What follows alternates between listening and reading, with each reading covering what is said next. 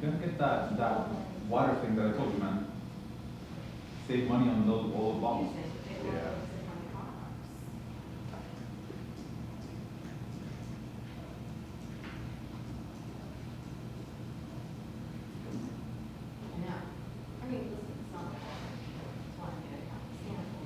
Okay.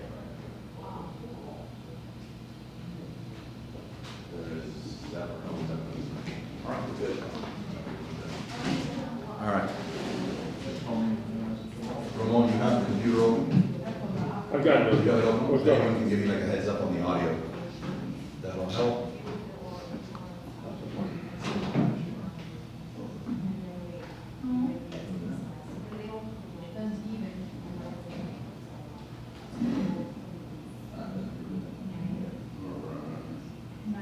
This is actually dropping stuff.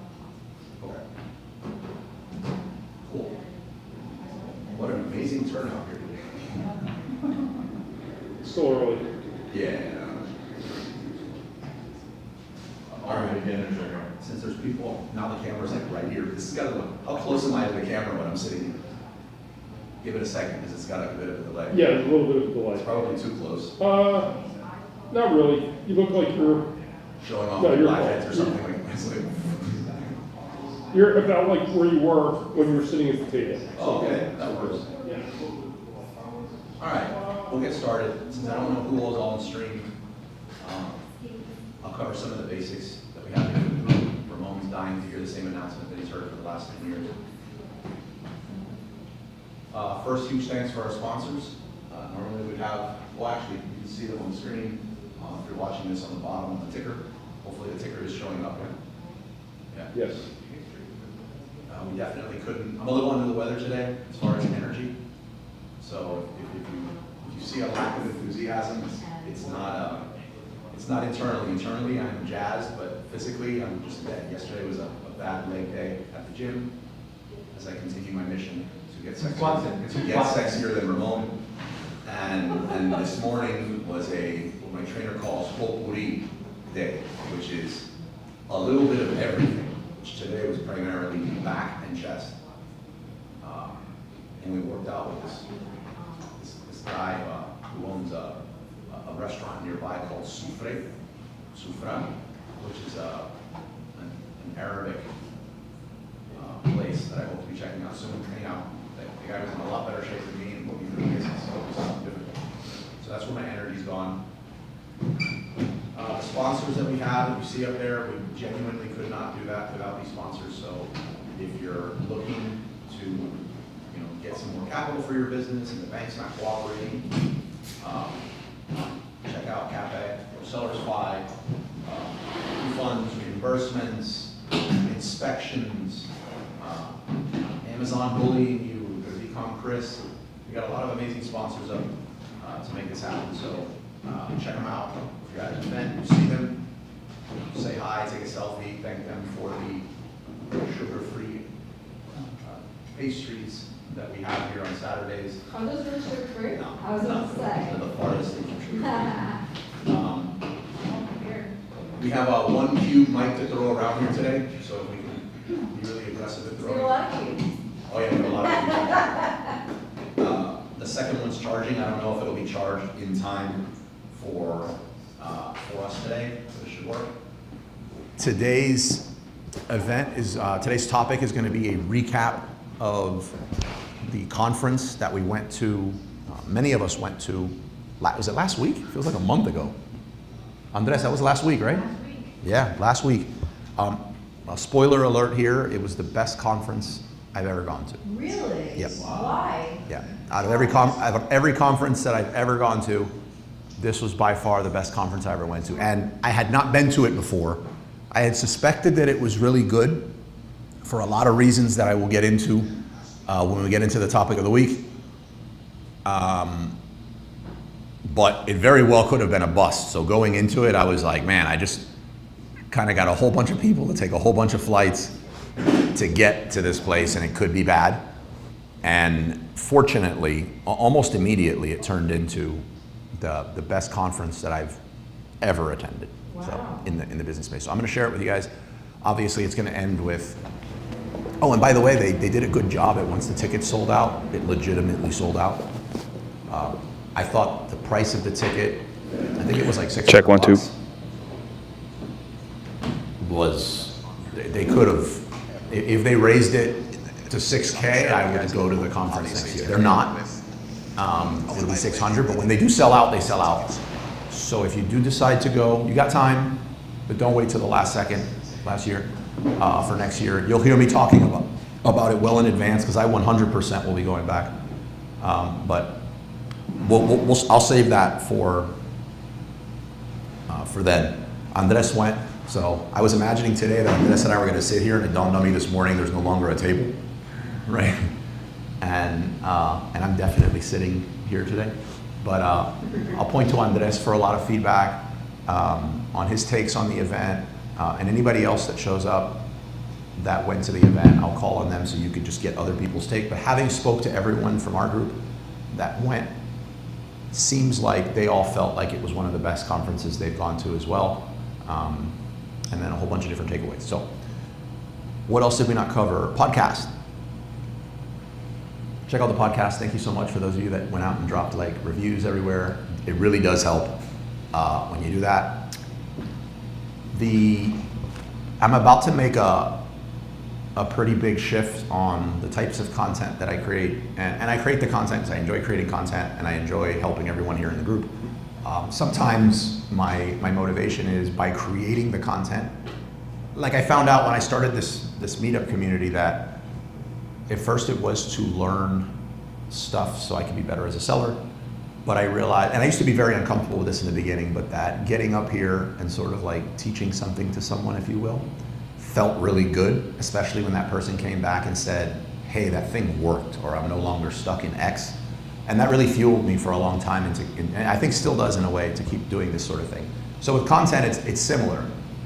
I really feel like when you do something, you can get better at it, and then the longer you're doing it, the better you can get. But if you really want to master a subject, I think teaching it is what's going to allow you to really get like mastery on it. So I don't care if it's PPC, product sourcing, whatever the case may be, that's it. And you don't need to wait until you're very good or have a whole bunch of years under your belt to do that.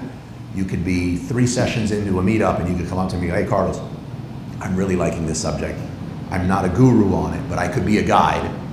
I think I'd like to get up front and kind of share my take on X. I'm totally going to support that, even if it means you want to like co-host something with me because you're not ready to go totally solo. Just reach out. But teaching it is what allows you to do it. So in creating content, it's a way for me to teach it to a broader group of people, and it allows me to learn more about the subject and get better at it. Like that's a big motivator for me. In the realm of our podcast, the Wizards of Econ podcast, there's a tendency to create really advanced content or like this hack that I've never shared before on the podcast, and those just don't hit really well unless you're this super advanced seller who's maxed out everything that they could possibly do, looking for that 1% edge. And those people are usually not listening to podcasts, or they've already locked into the podcast they listen to. So I'm going to be retooling the podcast and focusing specifically on getting like the best practices for getting started as a private label seller. And everything around that. It does not mean that if you're an experienced private label seller that you're going to not find it of value. I think many of us forget the basics, and at the end of the day, success is like 90% doing the basics really well. So it's not going to be boring, it's going to be exciting, but there's going to be a lot more focus to it because it's going to be more in line with what we're trying to do here in the community and help everyone out. I also believe that, which will tie into the topic today about the event we went to, that the way we should approach, in my opinion, the way we should approach private label as a community so that you are attending with a successful brand in a year, year and a half, and not having had to fold everything because it no longer works for you, has dramatically changed.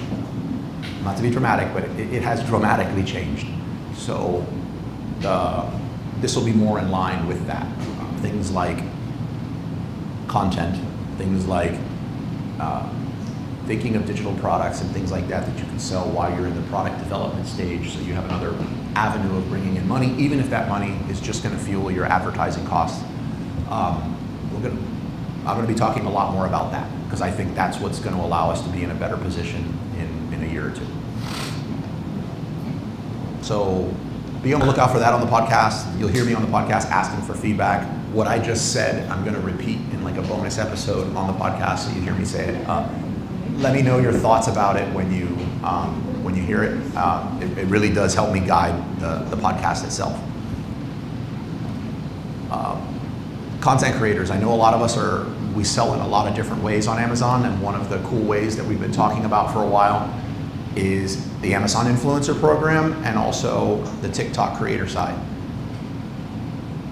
Initially, when I started talking about this and sharing how to make money this way with the group, my motivation was for the arbitrage sellers that came in, or for somebody that just saw this really motivational YouTube video that told them that, you know, they could launch. You guys are cold? No, this isn't. Sure? Let me know, because I dropped it low and not enough bodies have come in. I'll totally raise it. You said you're cold? No. Okay. So it happens. Somebody watches some YouTube videos, they come in, they pull me to the side after the event, and they go, Carlos, I want to launch like 5 brands. And I'm like, wow. And I'm like, what's the budget? And they're like, $500. And I'm like, oof. Like, that's not how this is working, right? I'm sorry. Like, I don't want to burst your bubble here, but it's just like, the only thing I really had to share with them to like say, hey, do this so you can keep attending, is going to the store and scanning products, and it was arbitrage. A lot's changed with arbitrage. Like, Amazon's discouraging it. It's a crappy way to kind of live too, just like driving all over Miami scanning stuff. And when this ability to make money as a content creator came out on Amazon, where you're, you know, just recording some videos and with no editing skills, no camera, with products you have lying around the house, I'd much rather recommend that than arbitrage. So that was my motivation in doing it. What I didn't realize then was that there'd be a whole bunch of other like brand owners and private label sellers that are like, yeah, with an extra hour, I'd love to record some videos and make a few $1,000 extra per month too. So it's caught on with everyone. In regards to that, the Amazon Influencer Program is very straightforward in how that works. The TikTok one, not so straightforward. I shared pretty openly, how long has it been since Erica joined the team? Yeah, several months back, Erica joined the team, and with like a singular mission, and that is like move fast and break stuff as it becomes to TikTok, and let's find out what works, what doesn't work, like myth bust. You know, forget these YouTube channels that are selling a course that say X works, like let's just prove that this works or it doesn't work. And she's covered a lot of ground. So we have a really good idea across the different accounts, whether we're trying black hat tactics or promoting a post versus not promoting a post. And it's working really well. I feel like we have it dialed in. We also brought another person on the team named Mary, who you'll probably see in the future around here, approaching it from more of the fitness side. It seems like niching down is where it's at. Like in the Amazon Influencer Program, you just review everything. It doesn't really seem to matter. But when it comes to TikTok, niching down is everything, you know. And within niching down, and by niching down, I mean the products you talk about. But within niching down, there's also the medium you use. Like, are you into like slides? Do you use all AI? Are you a talking head person on the screen? Mixing those is bad, like really bad. So you have to like almost double niche down to really do well on TikTok as a creator. Figured out how to make some really good money out the gate with brand deals. And by really good money, I know that's relative for everyone. Again, my motivation was somebody just getting in this and starting it. To me, the big bill that everyone thinks about is their mortgage. In my mind, I just assign $2K to it. You know, I know some people's are more and some people's are less, whatever. I just put $2K. So I'm like, if you could do something in the spare time you have that can clear you $2K per month, it's probably worth you paying a little bit of attention to. So this easily does that with brand deals, and you can do a lot more than that with commissions. But anyhow, we've made a lot of progress. We started outlining like a curriculum that will be able to teach it to other people in a more intelligent way without the fluff. I'd love to tell you that that's coming out next week. It is not. It's probably going to take about 10 weeks before it's fully released, but we're working on it. And I bring it up now because I'm probably gonna put, or her and or I are gonna be putting some posts out in Telegram for anyone that wants to, no one's gonna get charged anything, that wants to that has a TikTok account, that wants to try some of these tactics that we've seen have worked. And if they do work, we'll be right there with you, showing you what to do, how to do it. If they do work, perhaps be open for a testimonial when we do roll out the curriculum. That's what we're trying to do. If you see that post, just thumbs up it, DM me, and Erica and or I will take it from there. So that's one part of it. From the chat? I'll post it. We'll post it in Telegram in the creator TikTok one, not the TikTok shop one. Okay. Yeah, we'll post it in there, and it's not going to be just one person. So don't worry if you don't miss it. Just we're looking for several people. I'll do it now. Right. Yeah. I appreciate you guys for that. Two other community announcements, I guess, to bring up is one. As much as it pains me, we're going to be moving from Telegram. We're going to be moving to Discord, and you're going to. And I'm not a fan of Discord. It's just a lot of the things we want to do in the community, we're limited and we can't do in Telegram. If it was me, we would have a WhatsApp group, but unfortunately with a WhatsApp group, I can't ensure a level of privacy across everyone and their phone numbers and who reaches out to you and all that stuff.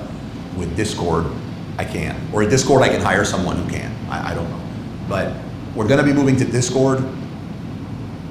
I'm going to be reaching out for feedback from some of you on what that could look like, your thoughts on it, stuff like that. I'd appreciate it. That's a really big move for us because that's our between session form of communication and has been for, I think, a decade. So please look for those posts and the feedback. I suspect that the first migration for Telegram to Discord will happen within the month. So within the next 4 weeks. Bear with, what is it, the sign you see when you go into a business and they're under construction, it says, please excuse the dust. It's I'm gonna do my best to make it as seamless as possible. There's probably gonna be some very, very sloppy things that I miss. So just please be patient with me on that. I am excited to say some of the stuff I have seen on Discord that you can do with AI, which I don't talk about much, but there are some areas of our Amazon businesses that can be AI'd and save you a bunch of time. So I'm looking forward to creating some free AI bots in the Discord so that everybody can use.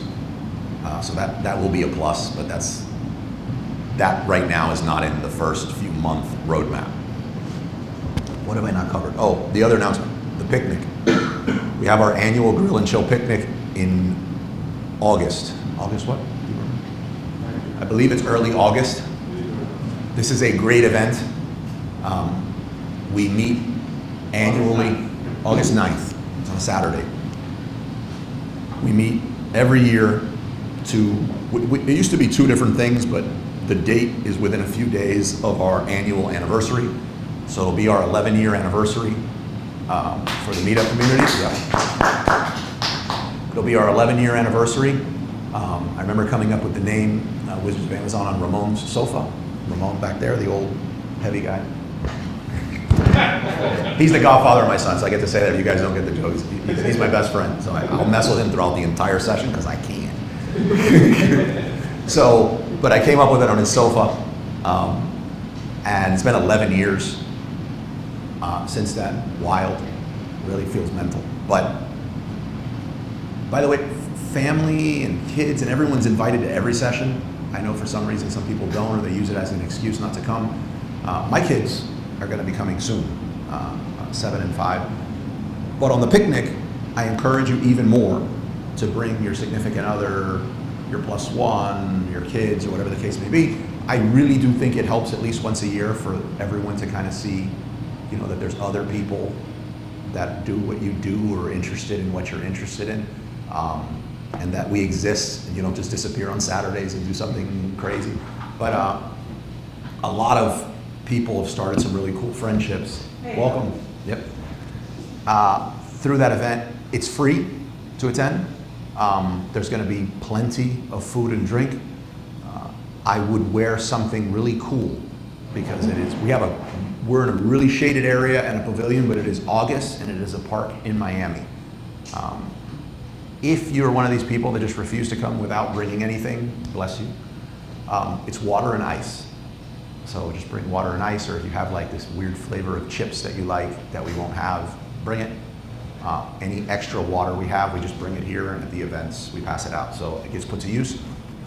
But it's gonna be brisket, you know, really, really good brisket from Hate Mondays. Beans, sausage, chicken, potato salad, cornbread, like all the good stuff, and then a whole bunch of other just like snacks. So go to Meetup and just RSVP yes. That's it. You just have to click the button yes. If you forget, still show up, but it helps if you say yes. Otherwise, people that are looking at it from the outside think 3 people are going to the picnic, and that doesn't sound like a really cool picnic. This year, we're going to be joined by, I'd say, the other half of my life. Andres and I are also business partners in the Salsa Kings business. So if those curtains pull back and there's mirrors, Monday, Wednesdays, and Fridays here, we teach salsa. Well, not we, that's very generous of me to say that. We do not teach salsa. I don't teach salsa. I knew enough to pull my wife, and that's it. But he's an amazing dancer, but he doesn't teach much anymore. Yeah, that's fair, yeah. But there's some cool instructors here that teach. If you're interested, just let us know.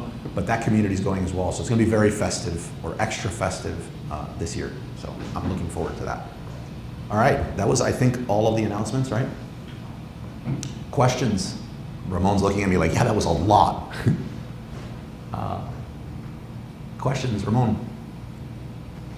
No questions? You're happy with like what you're paying in ads, easy to find products? Who is happy? I don't know, but it's Saturday. Question. Beautiful. Is it a beautiful Saturday in Miami today? No, it is. Beautiful Saturday in Miami. You could be anywhere. You could be anywhere, and you're here. So there's got to be some questions. I will prioritize beginner questions. Oh, you don't want to ask a question in the beginner hour? Is that what it is? You're too good for that? I want to hear what you have to say about the conference. 2 o'clock. You'll hear at 2 o'clock. Yeah. All right. I can pick on people. No, we don't have to. I always have one. So bring it. I love it. That's what we're here for. Look. That's what we're here for. You went the other side. I was like, here. I gotta. Carlos, So can you throw the mic? Somebody. By the way, that cube is a mic. It's super soft too. If you throw it, don't worry about it hitting the floor. It's protected. Hi, Carlos. Do you remember Hi, Ting. Do you remember the question I asked you with the AI generated, the tool to generate AI videos? It Yes. started letter S. I figure it's Sora. It's Sora. Yeah. I recently got interested in making AI generated videos. Mm-hmm. So 2 questions. What's AI generated video good for? Second question. If I have the speaker, I take a picture like right here with the white background. I wanted to make that to a AI generated video.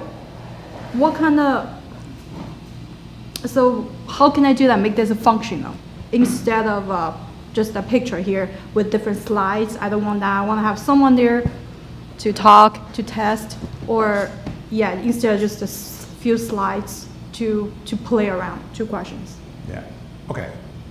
So one, you see how he's giggling over there. So in our we have an advanced meetup breakfast, which I should have mentioned in the announcements. I've been trying to for anyone that's selling over $1 million per year or has a business that does over that amount. We meet for breakfast occasionally. Yesterday, Ramon lost a debate with me around AI video. So this was a very hot topic. You had a bunch of people that are at their level in their business talking about this. So I feel it's only fair, like I'm going to give you my answer, but I think it's fair that Ramon gets to give his weaker side of the argument. So first of all, Sora.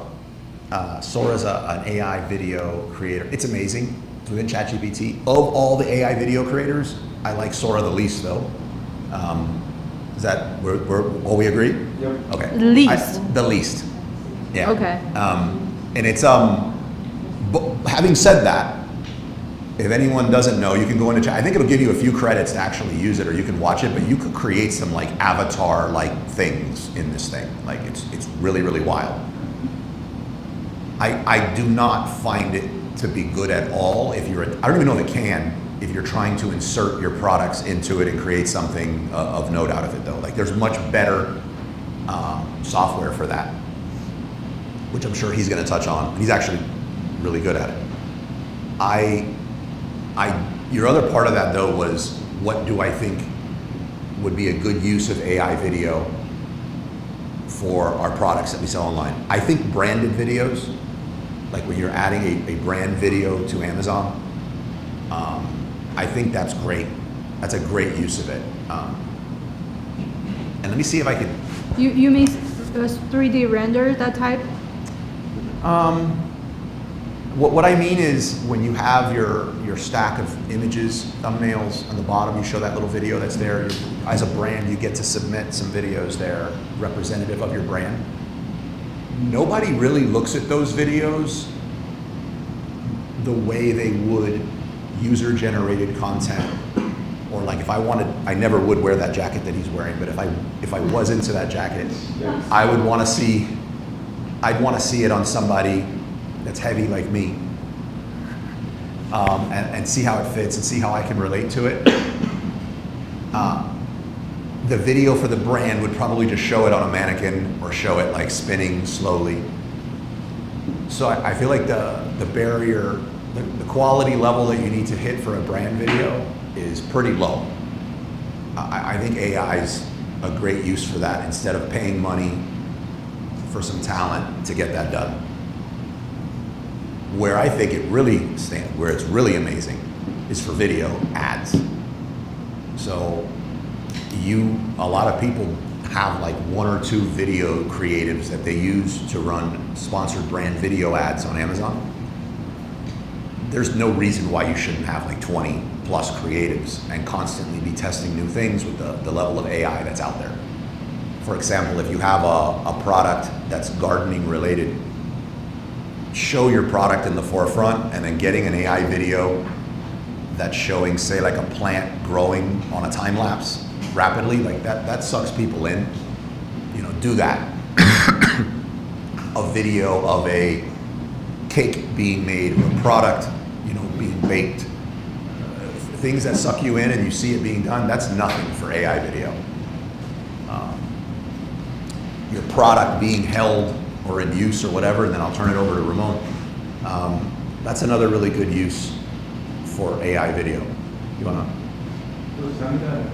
Yep.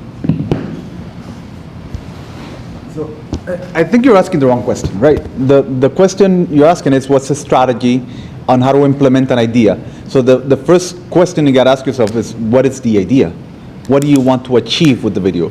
Do you want to go to TikTok? Do you want to go to Amazon? Do you want to increase views? Do you want to, that's the first question you gotta ask, right? And then once you answer that question and you know what your strategy is, then the beauty about AI is that it will allow you to do things at a scale that is significantly faster than you actually shooting, you know, hiring an actor to put on, to talk about the product that you have at hand, or doing it yourself.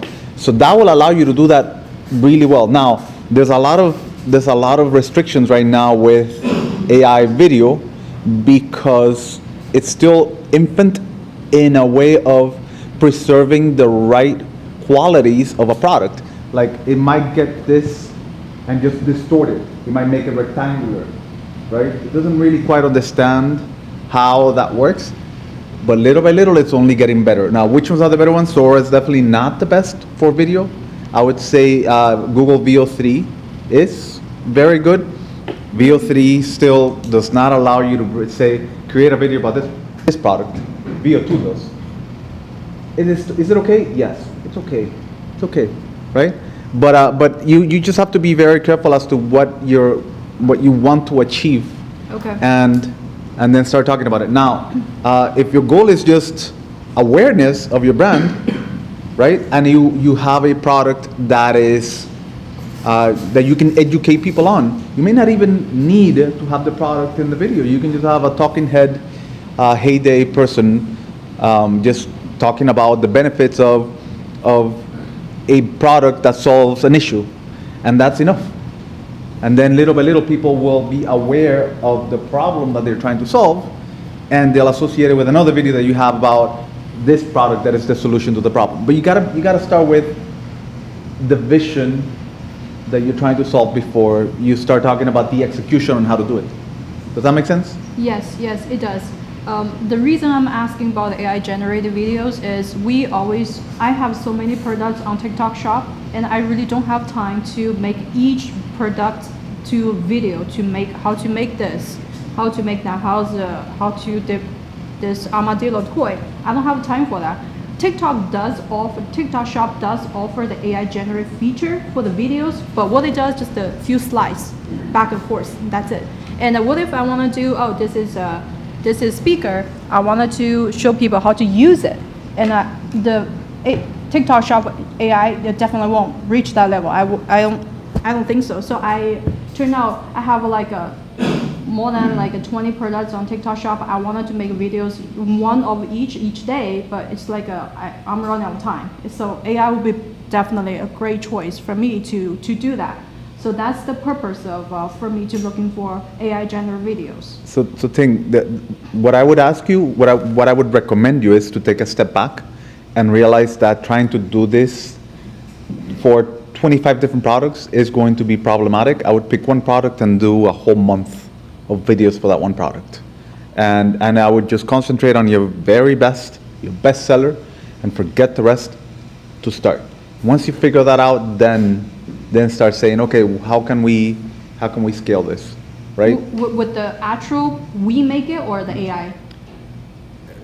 Either you make it or you both make, or you make it with AI or something. Figure out a strategy that works for one product. Okay. Don't try to do too many brands, too many niches, too many products, because it's not gonna work. I believe you. Yeah. I believe you. Something I would add, and by the way, those tools were HeyGen, and what was the other one you recommended? So for video, Google Veo 3 is probably the best one right now because it incorporates audio with the video. Yep. However, you cannot bring in your product into the video. It's only text only right now. Veo 2 is good. You can bring in a product to the video, but it's still kind of low quality. There is a lot of AI image generation out there that will create images of your products, such as Flux Context is a really good one right now.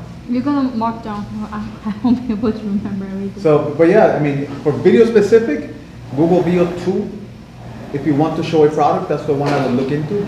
But again, it's still all very infant when it comes to video. Who would like to see a meetup on him creating some video, some AI video in the future? Yeah? Yeah? Wow. Oh yeah, I'm hooked. Did they change? Yeah, that'd be helpful. Ramon, What? they want to see a meetup of you. Or me? I want to do it. Everybody else. That's what the people want. Of course. I'll send you the link later so we can get it on the calendar. Okay. Yay! Appreciate it, everyone. I'm going to throw something out there. So in the last 16 years now of doing this full time, this not meaning AI, just e-commerce, it's been this many times when doing the easier way has actually translated into the better long-term thing for my business, 0%. So anytime it doesn't mean that you should always do it the hard way.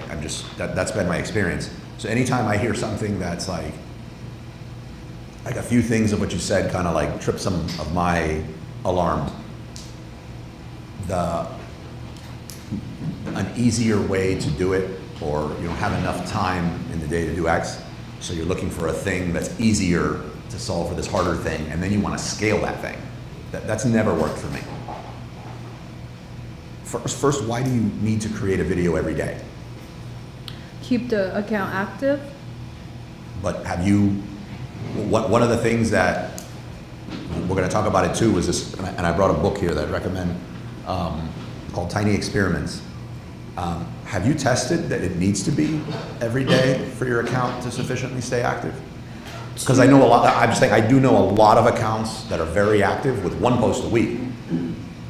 And that, like, they don't look like they're being penalized, which brings the question of, is it the quality of the content? Does a greater quality content once a week or twice a week, whatever, trump daily? Everyone might have a different answer for wherever they go, or whatever you test, but I pretty unanimously across all the content creators at this place that we went to, and they're some of the best, was that accelerated mediocre content does not trump less sporadic or less frequent higher quality content. That even got into some of the debate that Ramon lost yesterday at the breakfast. There's this concern of, like, you know, the market being flooded because of AI content, and what does that mean? Like, that it would push better content down, and that's seems to be something that content creators that I think are in a better position to make that call don't agree with, and I personally don't agree with. I think if we have the same take the mic product, from Ramon. if we have the same product, Yeah. same quality, and you put amazing content once every 2 weeks, and I put mediocre to above average content every single day, 10 times a day, I will beat out your sales 95% of the time. I don't. With the mediocre. I don't agree with that. First of all, that wouldn't. I'm sure there's exceptions, but for one, that doesn't take the algorithm into account on the respective platform. So there's plenty of people that post multiple times per day, and they're stuck at the 50 to 100 views range for every video, versus in your argument, someone who posts better content that when they post, and it's once a week, they're getting 50,000 plus. So which one do you rather be in, and why does one? I don't know of any scenario, including content, where posting lower quality stuff more frequent benefits. Did you not? I mean, I'm sure you've seen every marketer talk about touch points, the need for people to be problem aware, be solution aware, be Sure. brand aware, be ready to purchase. All of that is a different touch points. They often do not make it on one video, so they No. need multiple touch points from you to be able to say that is the product that I want to solve my problem. Now, if you're getting a video from you every 2 weeks, and if the video is fantastic, it's perfect, you're not gonna get enough touch points. By then, I would have stolen the sale. I guess let's pick the medium for this example, like, that we're throwing around. The one I'm gonna go on the extreme one, which, to be fair, I think is biased for, like, in my favor. Say email, right? Email's the touch point you're using to get a hold of your customer to sell more. How many of you receive a mediocre email every day and continue to open it, right? You just won't open it. It'll stop and it'll eventually go to spam. So the person can increase their touch points and dramatically hurt themselves from ever getting seen when they do have their offer. So it's a balance. And in Ting's case, what I'm saying is the daily or multiple times per day, it's a bit extreme. When you talk about, like yesterday, we called them the 1% of content creators, those Mr. Beasts and all that there, they touch you a lot more frequently, but the quality of their content gets them in the 1%. Like, you're almost wanting it. You're almost like waiting for that newest thing to come out. But it's the quality of the content that gets you to want to do it. So Yeah, take with a step from huge email. production team and a huge budget for video. Absolutely. Right, so then let's say the person doesn't send you to spam or doesn't unsubscribe. The fact that they stop opening it in email, your Gmail or your provider is eventually going to send that to promotions. Like, they're reading that this is not going to go good. So that I get that was in my favor. But let's talk about video. So video, YouTube. I was specifically talking about short form. Okay, but YouTube gets your video, short form or long form, and they pop it on your home screen, and when you jump in, you look at it. And you're like, let's just assume the packaging was great, or like whatever frame it was on looked hooky. You know, it hooked you, and you clicked on it. And it was meh. Not bad, but just meh. And the next time you went into YouTube, it popped up on the screen. Most people won't even give it a second chance. Like, they're not gonna go look at the second short or long form video, but let's say they do look at the second, On the third day, are you still clicking on that and looking at it? The difference between clicking and swiping, though. Swiping past, I'm talking about you're gonna enter the video and you're gonna engage with the content and you're gonna look at it with the purposes of, I'm creating this content to sell, versus the person that comes by and it's once a week, and I'm not saying it's a once a week cadence that you should be in. If you're at a high quality, I mean, as long as somebody wants to be touched, that sounds wrong, but as long as somebody wants to be touched, you touch. But with the video, person comes by once a week, packaging, same quality, it's really good. You jump in there and you feel when you get out of this thing empowered, entertained, problem is solved, and that thing comes back around once a week and the same thing happens again. You're probably gonna click on this thing every time it comes through, is what I'm getting at. So I would test, and we'll talk about specifically how to test, because it sounds basic. We all throw around here is test, split test, A/B test, but no one really gets how to do that. I would test the assumption though that you need to drop daily. I would also challenge your content that you could create, assuming that you're going to continue trying to improve and be consistent. Like, I know this many people as well that have stayed consistent in a thing and have truly attempted to get better at it as it went on, that didn't end up towards the top 1% or much better than everyone. The trick is staying consistent, continuing to get feedback and trying to improve, right? But you're gonna beat the quality, like somebody consuming your content, you're gonna beat the quality of this AI video, assuming you enjoy creating content and you keep trying to get better and you get consistent. So maybe that looks like once a week for you. Maybe it looks like once every 2 weeks for you at first until you can get into a lower cadence. But just challenge it either way and then come back and then share and say, you know what, Carlos, it was twice a day actually that this thing needed to be done. I agree with Ramon though that don't pick 5 products, whatever you do. Don't pick 5 niches, don't pick 5 brands, don't pick 5 products, pick one. Okay. And then just, Go it's gonna be for it. hard enough with one, Yeah. whatever path you take. Yeah. And then like go all in on that. Okay. And I do notice that like TikTok account, especially on TikTok, because in the past like 2 months, I've been constantly working on our niche, you know what I'm talking about. And I do see, for a lot of people that I don't, at least I didn't know, but now I know. Every time you search, you have to, when you put in the search bar, you're gonna be careful. If it's not related to your niche, just don't search it. Use another account to search it. Because then once the system see you are searching something else, reminds you, and it just messed up your algorithm. Also that I learned from my experience is every time you post something, you're ready to post, you have to warm up your account. I didn't know this at all. You have to warm up, active your account for like at least 5 to 2 minutes, and then the algorithm picked it up. And then you can post yours. After post is not done yet, and then you have to warm up again to summarize it, and then the algorithm push your content as far as possible. Yeah, I didn't know this at all, but the more I'm doing this, and see what's the really how that work now. Cool. Yeah. What other questions we got? We got a few more minutes left. 6 more minutes before we get into. Got a short one. So far with a lot of our suppliers for other PLs, not our more recent one that we're working on, but we've paid to pick up the items from the manufacturer and then send it into FBA. X works. Is it typical for if we're getting a supplier here in the U.S. to have them ship it into FBA and they pay for it, or is it common for us on our product to pick it up at the factory here in the U.S. and ship it into FBA? So For us to pay for it. I'm going to make some assumptions. We talk a lot about PLMA, so is it a food product? Yes. Okay. So it just saying from the U.S., that could be hard goods or it could be food. There's so many things it could be, but assuming it's a food product. What happens is when you go to, like, we're really spoiled when it comes to like working with China, because like we find a factory, Right. and as much as we may want to like talk junk, like China's pretty sweet to work with. So Yeah.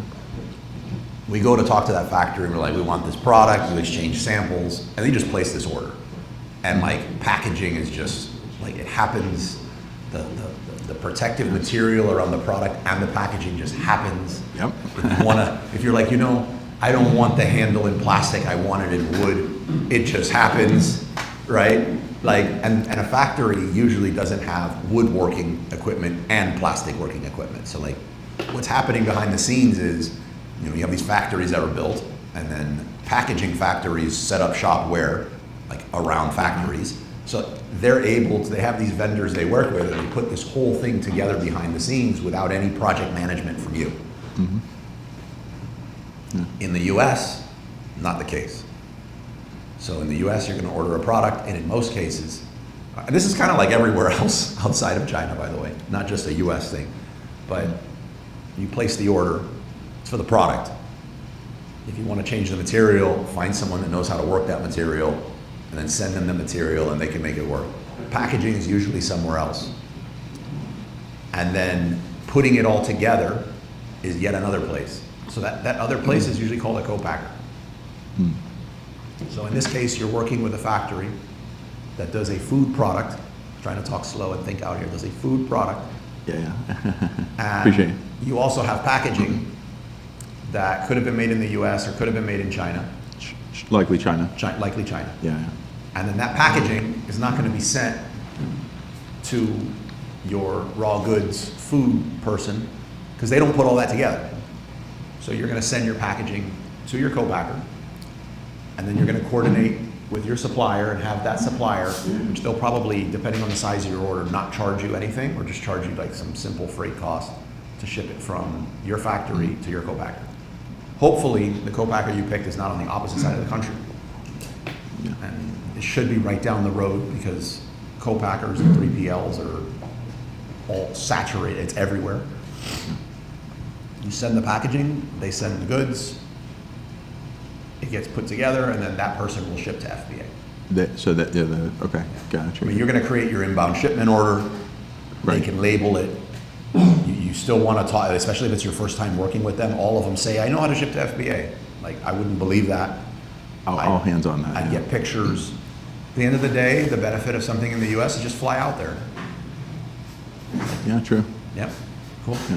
All right. Appreciate it. Hold on, Candace. Tom, go Tom. Chris, it's on. Oh, in front of me now. Yeah. Here. Oh, you were hogging it today with the AI stuff. I get it. Working with a co-packers is pretty easy, especially with that first shipment. Remember, when you ship in, you're not going to ship in your first shipment into Amazon in a pallet. What does Amazon say, Carlos? 150 units or 200 units is what you can ship in. So really, you're going to ship in a couple of master boxes in first. And as you're talking to these co-packers, you're just going to tell them like, hey, listen, so when it comes to shipping in, I'm going to provide you with the shipping labels. I'm going to have a UPS driver show up on your back loading dock and take care of it all for you right there. And the reaction you're going to get is going to be like, oh, really? That's amazing. So you're going to come across as being very experienced, and you're basically, quote unquote, teaching them how to do this. And you want to educate them at that point and say each one of my variations. So if you're doing a chocolate and a strawberry and a vanilla, you're going to say each one of my variations, I'm only allowed to ship in 200 initially, but eventually we're going to get into palletizing. And I'll let you know the size of the pallets we're allowed to ship into Amazon. Because remember, not all pallets are created equal. You've seen those big pallets of mulch at Home Depot? Yeah. Like Amazon doesn't allow that because they want all their pallets to be uniform when you ship in. So that's kind of how you work with co-packers on that shipping component. And you'll find that that's a really easy way to approach it. You're just telling them, I'll be sending you the shipping label, and I'll be arranging for a UPS driver to come to your loading dock real soon. Okay. That's it. Hope that helps. Yeah, I can do that. Yeah. Ken? Thank you, Tom. Hi, I know that in the, did I say something? You said hi, so I said hi Hi. In the Telegram group, we were talking about, and you had mentioned you could dispute some of the tariff charges, or I believe you said it. So anyway, I have two things that came in. One was literally like a Mother's Day gift, nothing to do with anything. I had a tariff on that. And then the other thing was the samples I showed you today, which like, fine, okay, but one of them I called up, well, both of them, I called, I think it was, I don't remember if it was FedEx or I think it was UPS. And I'm like, look, I get it, it's cool, but this is not for sale. These are just samples. Yeah. And she went through everything with me. She was really helpful, but she said it doesn't matter. And I have my rhinestones coming in. She's sending, and I told her, do me a favor, please put sample on the box outside. Sample's not for resale. Right, just in case. I said, just put sample. But then the UPS person said, it doesn't matter. Because I'm like, hey, this is a gift. This is this little tiny thing, a little box, one little. So is that, have you successfully disputed something or anyone you know? Okay, so I've personally not disputed one. Sometimes when I say this, it's like someone on my team, and then that's why I'm going to say, let me go back and ask them specifically Right. what they did. The person that I feel currently is the most knowledgeable on this subject, and they're just super helpful. You reach out and they'll walk you through everything. Right. Is Unicargo. Who? Unicargo. Do I know? Oh, Unicargo, Yeah, okay. it's Unicargo. You don't have to be doing business with them, but they're fantastic on the educational side with those things. Okay. And some of what we were able to do is that. The other thing is and this, I'm just concerned that I might have misspoke on that. And it's actually sort of a workaround that I'm just saying it. And what it is if you send in samples and you put not for resale, you can drop the value of those samples to a penny. Wait, what? I don't know what Because you mean. there's no resale value to it. There's no need for you to put a commercial value to it because you're not selling it commercial. Okay. So if you do, and the thing is a penny, what are you paying tariffs on? So I would check with Unicargo to make sure that I'm right on that, but what from WTDC to everything, what it is your commercial, and they're basing it off the commercial invoice. Sometimes somebody will send an invoice in and the commercial invoice says, wooden spoons. So then you're receiving wooden spoons and there's a value to wooden spoons and there's a code, and then they're basing it off of that. I'm not saying to do this with all the invoices because you shouldn't be dropping the value of your invoices just to avoid tariffs. But in this case, to my understanding, since it's not going to be resold, there's no value there.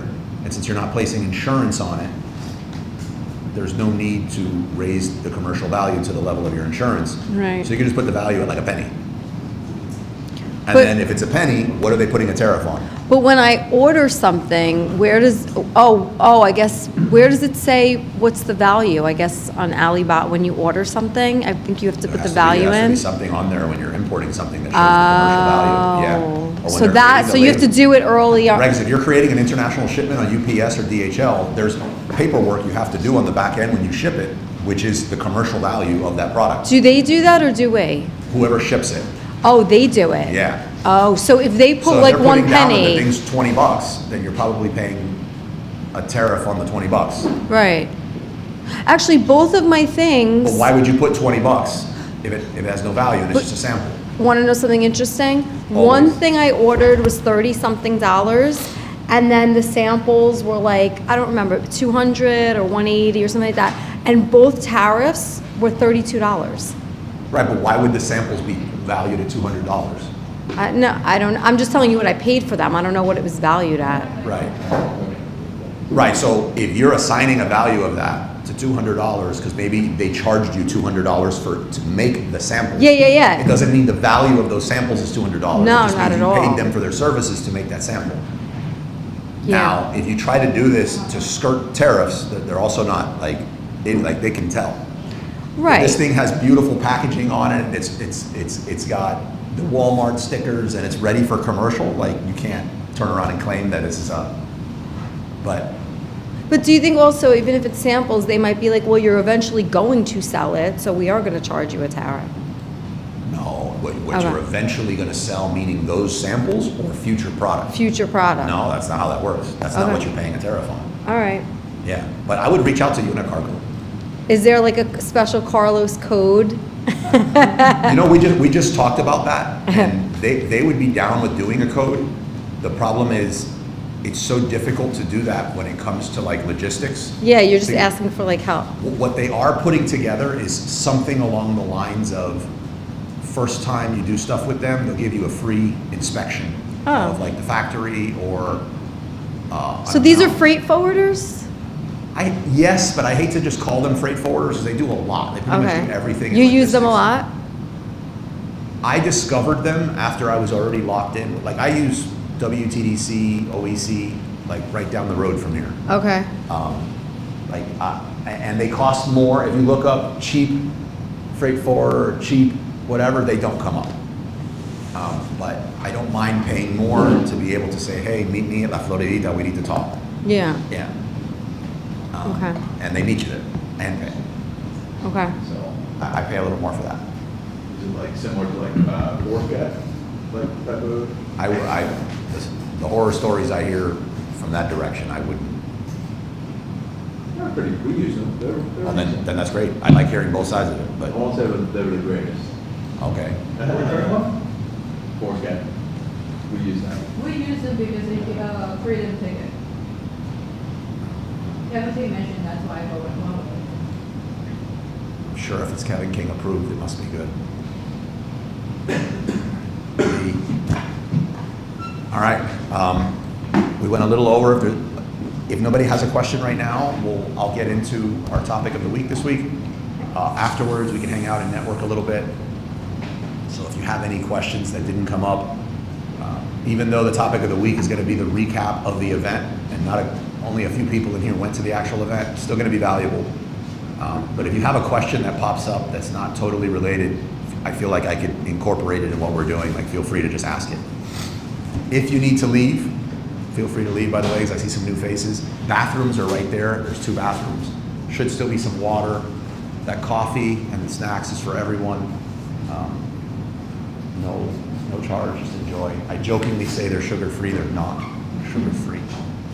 So don't break your keto fast or whatever you're on. They taste good, but that guava is like so far not sugar-free. I'm thinking about afterwards today going to support a friend's food truck called La Cocada, which is. They open up? Yeah, did you guys go last night? No. Well, you know, to be fair, I'm going to support the food truck and I'm going to get another one. But there's a food truck next to his food truck that's like a steak barbecue thing, and they have this like picanha burger with no bread, and instead of the bread, it's a piece of fried cheese on both sides. Oh, wow. If you look up La Cocada, it's Moises's. You know Moises. It's Moises's family's food truck. Like, and he's in there and he's working. So I plan on going by. I'm thinking about after this going by to support. When I went by yesterday and they told me about that burger, I ate it. I inhaled it, and I'm craving it. So like, I'm gonna go support his. Because 10 minutes, yeah? Yeah, it's 10 minutes. It's like on 60 something and 82nd Ave. Like, it's right up there. But if anyone wanted to go out and do something a little different and just like have that burger and a cocada to support Moises, I'll as a matter of fact, anyone that wants to get the cocada, I'll treat. I'll treat on the cocadas. Not there. You're gonna get the protein cocada or you're gonna get the Oreo cocada? Carlos, is that Cuban food? It's Venezuelan. Both of them are, the sandwich is not Venezuelan, like, it's just the owner's Venezuelan. Okay, But the sandwich is just, if you're a meat lover, okay. it's really good. Yeah, so just throwing that out there. If you are around here at the end, and that does sound good, supporting a member's food truck out here at La Cocada, which I'll treat you to the La Cocada, and you can watch me eat a very messy sandwich while we talk shop, you are down to I think I'm running on that burger. Yeah. It's really good. Yeah. Yeah, it's like $25 for the burger, but it's like, after you eat it, you're like, I'd do 50. Like, this is, when you're done eating for the day.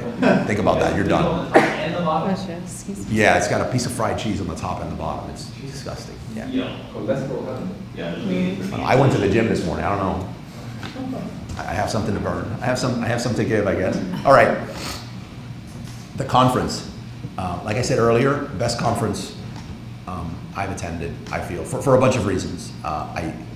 Who pointed it out? Andres pointed it out because Andres has been going to these types of conferences over the last few years, kind of like just with me. I'll be like, hey, want to go to Chicago? Or hey, you want to? And he'll come along. And he compared it to Kajabi Hero Live, which was one that we went to that was like surprisingly really good. We found this one to be better, but the thing that they had in common that I'm seeing that I really like is the smaller types of events. I'm a really big fan of traffic and conversion in the past, which is no longer in existence. I used to be a big fan of social media marketing world, which I doubt I will go back to.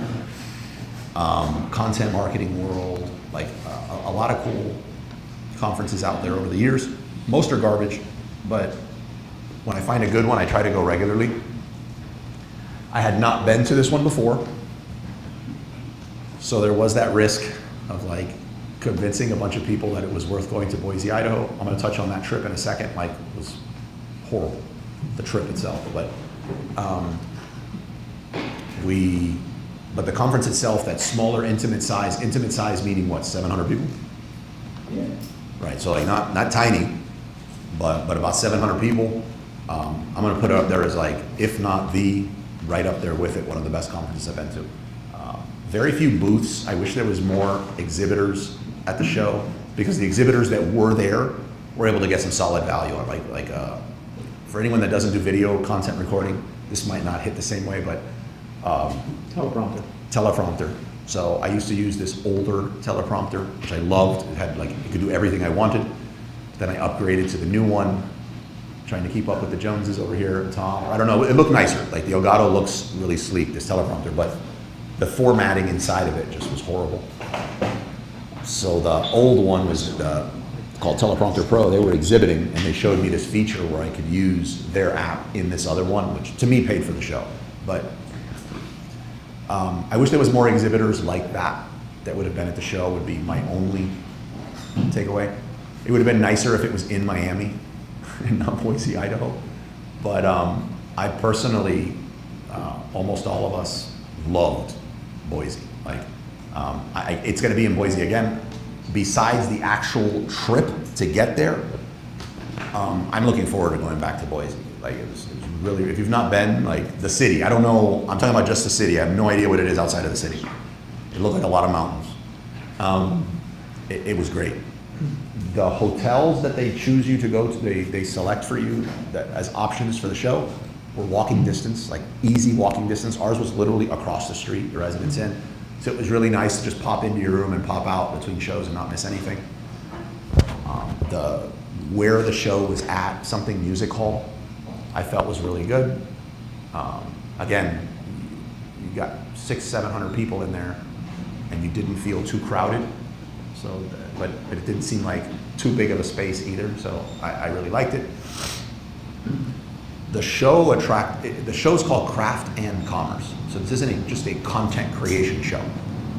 It's people who create content to sell, whether that's sell physical products, whether it's to sell your course, to sell digital products, sell services, whatever the case may be, but it's people who create content to sell, which is great. There's a lot of stuff out there that's just creating content to create content, or creating content to just get views, like view-seeking ones, and it's kind of I don't know. To me, it's kind of obvious how to get views. Just do something nuts. We had this.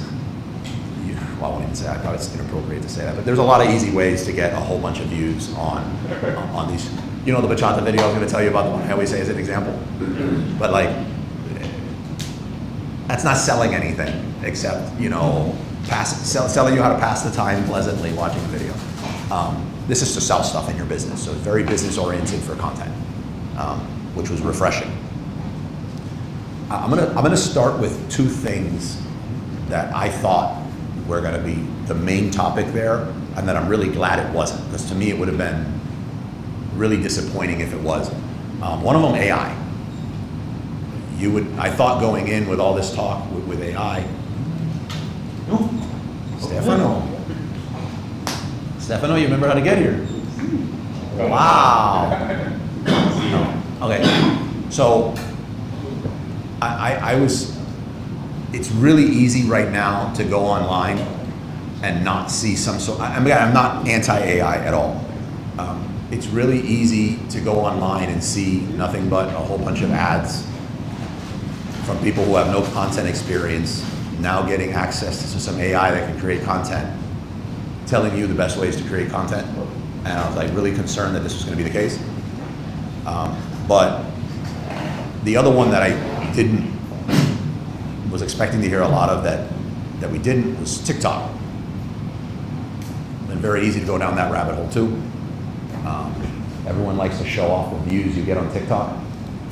We recently started, myself, but my team and I started a personal branding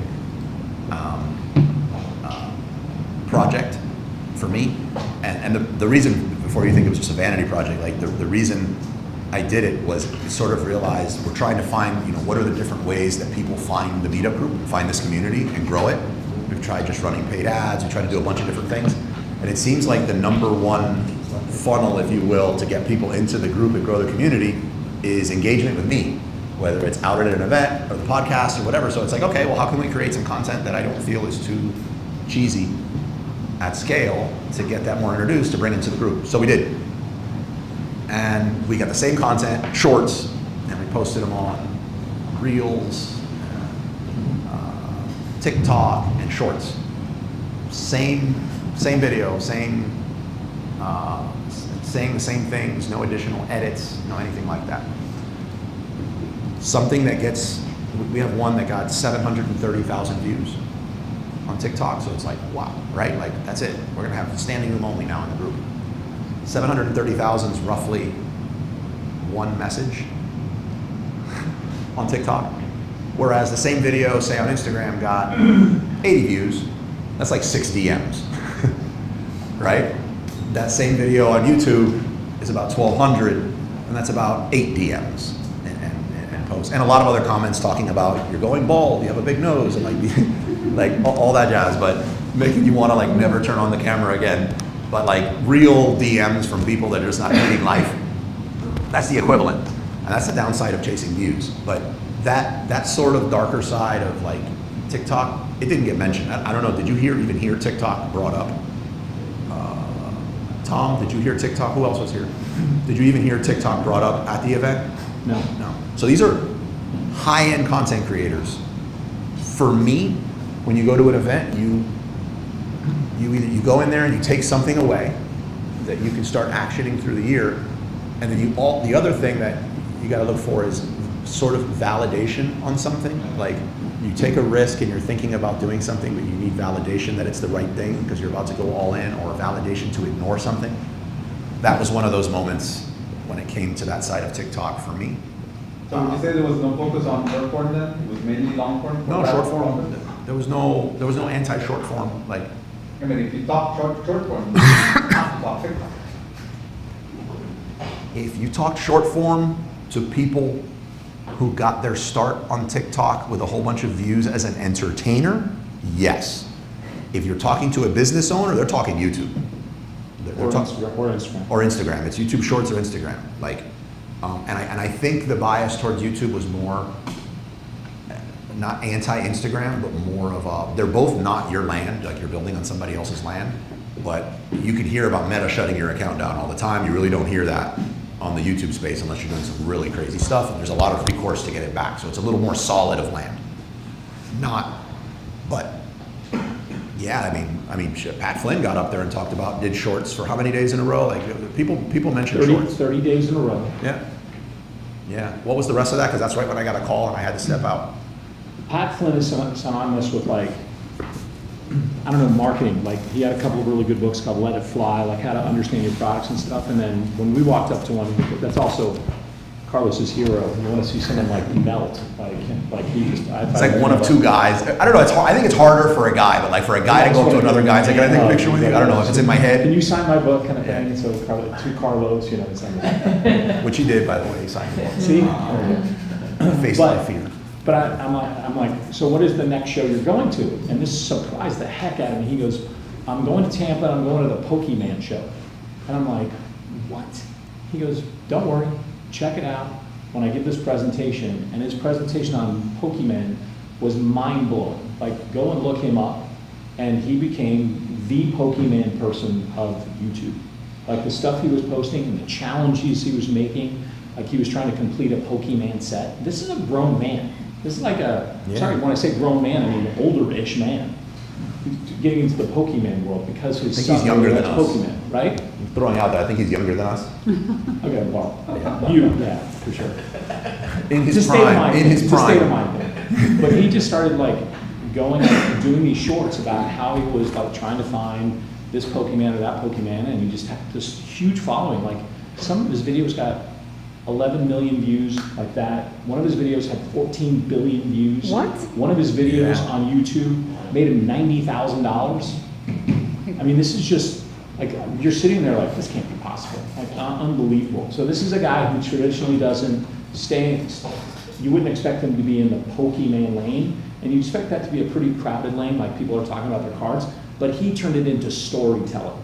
And he turned it into like, I'm gonna fill up this book, and he talked about all the different books he would fill up, and it was really engaging, and you can see why it actually went viral, like why it went crazy. So as you're listening to his mentality about this, it just struck me that it was more storytelling and almost challenge-like. Like, this is what would happen if I ate McDonald's every day for 30 days. Remember seeing that? Like, this is the kind of thing he did with Pokemon, which is kind of clever, and he just took off. And one video, almost 100 grand.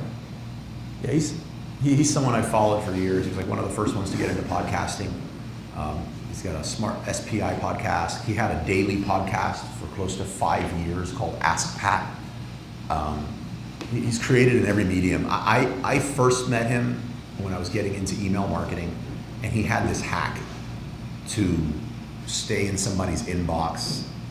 If somebody opens your email and engages with the email, the likelihood of you staying in their inbox is much higher. And he just, very, very, very sharp guy. And he says, what does somebody want in my niche? And what could I give them to make them want to open it? Simple. But it's not so simple.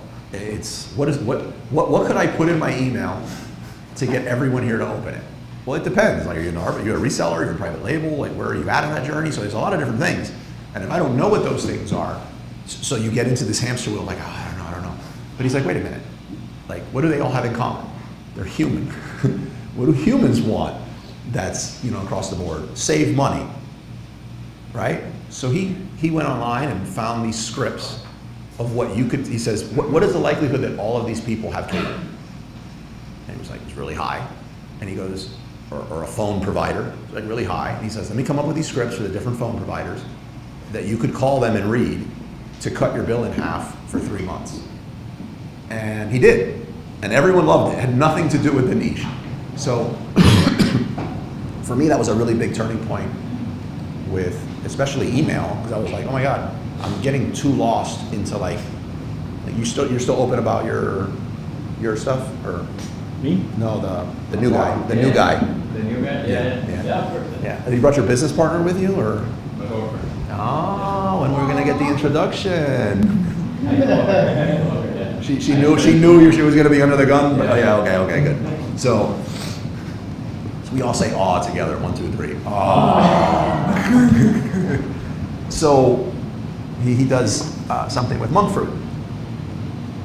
It's like trying to come up with this one thing that they all have uniquely in common for monk fruit to get them to open the email is a little more challenging than just coming up with something that can save them money on their cable. And guess what? With that saved money, they probably want to buy more monk fruit.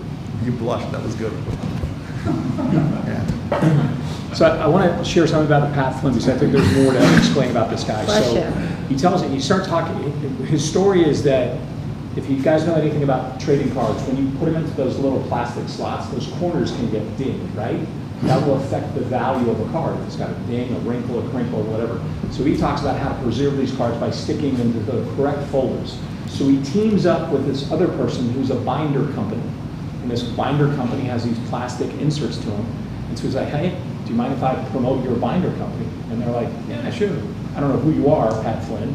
And next thing you know, he just blows them up. Like, they're selling thousands a month based upon him saying, this is the best binder for your Pokemon cards. So now he goes back to him and says, hey, do you mind if we put like a Pokemon logo on it and stuff? And they're like, of course, we'll do it whatever you want. And so now he's into the product selling business through affiliates, right? So he's getting affiliate commissions, and he's now become the #1 seller of these binders for Pokemon. And that's how he gets started. And then it leads into him, what was that, Andres, what was that, the size of this one binder? It must be like a 3-foot binder. Giga binder. What, giga binder? Yeah. So now people are like, they're like, what is a giga binder? I want a giga binder. So that, can you imagine a kid going, I want a giga binder? Like, how many things could I fit in there? So he then creates a new product through this company, who's, of course, you can do whatever you want. Whatever you want me to create, I'll create. So he then gets into selling products. So that's what kind of got him in, was just showing people how to preserve their cards, and then he decided to get into the storytelling. So the product led into storytelling, which led into his long form, which then led into another product. And he says, I'm going to Tampa to be the keynote speaker on Pokemon. And I'm like, that's kind of the story. But he's been into this content forever. He wouldn't have been able to do that. He wouldn't have been able to do that had he not, like for example, let's kind of take a shot at Ramon here. Had he just gone the AI route into Pokemon, it wouldn't have worked. He was very busy. I would say arguably busier than you at the moment. But he also didn't attempt to come out with a new Pokemon video every day when he decided to go that route. He leveraged the skills that he had from just business. When he saw, what was the slogan about the card bending? It was called bad binder behavior. Bad binder behavior. When he saw something say bad binder behavior in a video he was doing, in the comments, somebody put bad binder behavior. His business sense, like, oh wow, instead of getting offended, that's a nice little ring to it. Like, that sounds memorable. He knew that those sort of things would be good, so then he just creates video on bad binder behavior. And then he shows when he worked with that brand in the middle, he said, we gotta put something unique that's to me. And most people would put the name of their YouTube channel on it. And he put, good binder behavior. He said, he puts, so what did I write in there? Everyone's like, bad binder behavior. He said, no, good binder behavior, because it's the binder. So like, he leveraged business skills that he had accumulated in a completely unrelated niche to blow this one up. And yeah, the Pokemon space was ridiculously competitive when he got into it. He got a lot of heat for it. Now he's got his own conference in that space that's turning into one of the better ones. I'm not into Pokemon, but my business partner wrote a Pokemon book though on it. I don't know, can you be called an author if you forgot to put your name on the book? So I don't know. So I never get the value of those cards. I know that's huge. by the way, this is the person I was talking about earlier, Erica with the TikTok. She thought I wasn't going to say anything. That we'll be DMing people, anyone that's interested in maybe some testimonials for something that we're creating soon. Want to come up here and say a few words? So would you say my plan is content first, product second? No.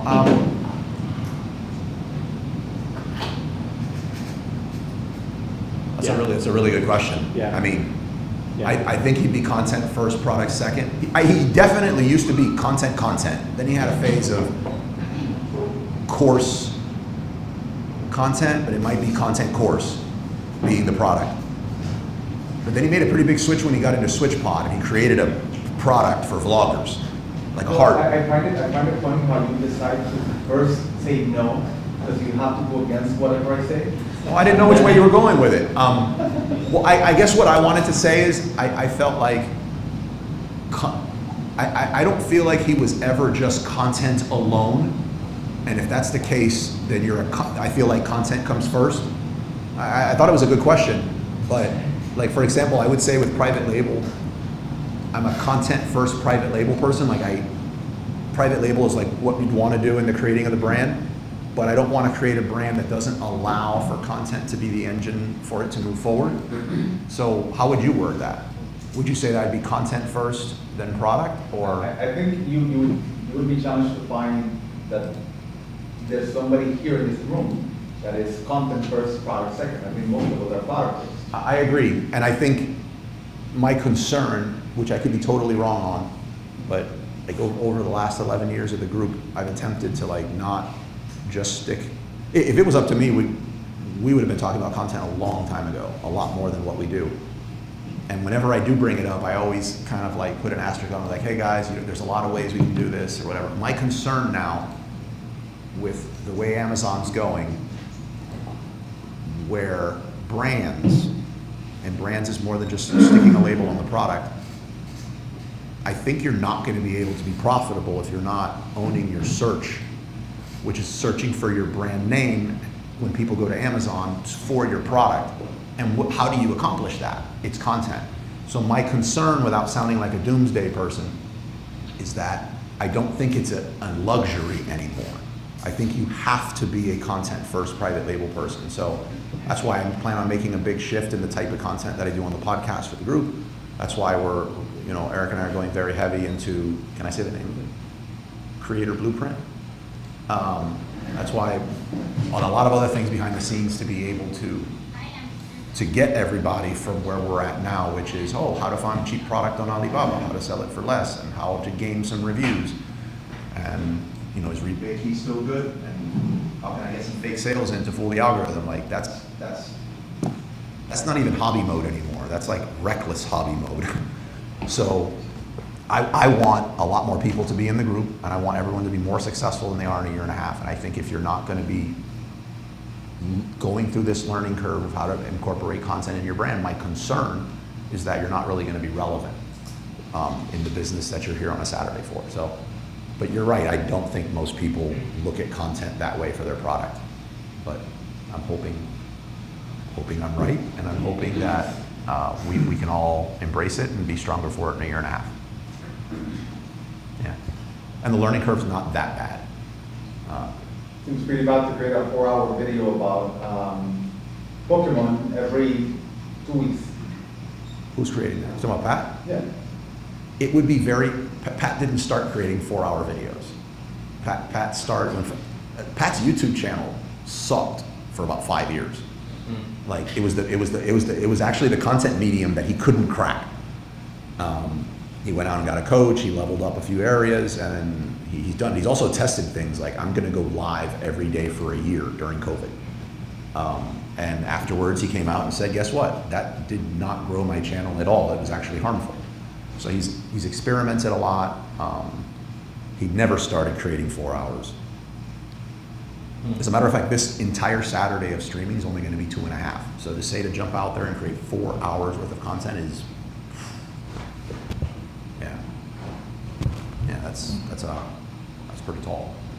Pretty tall over there. So please, and your name is? Do we make him stand up?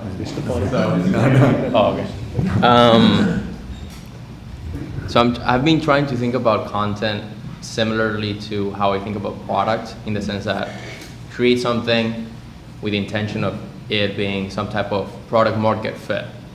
And when you launch something on Amazon, you can run ads, you can run traffic, and then you can see certain things and see if it's a match, if it works or if it doesn't.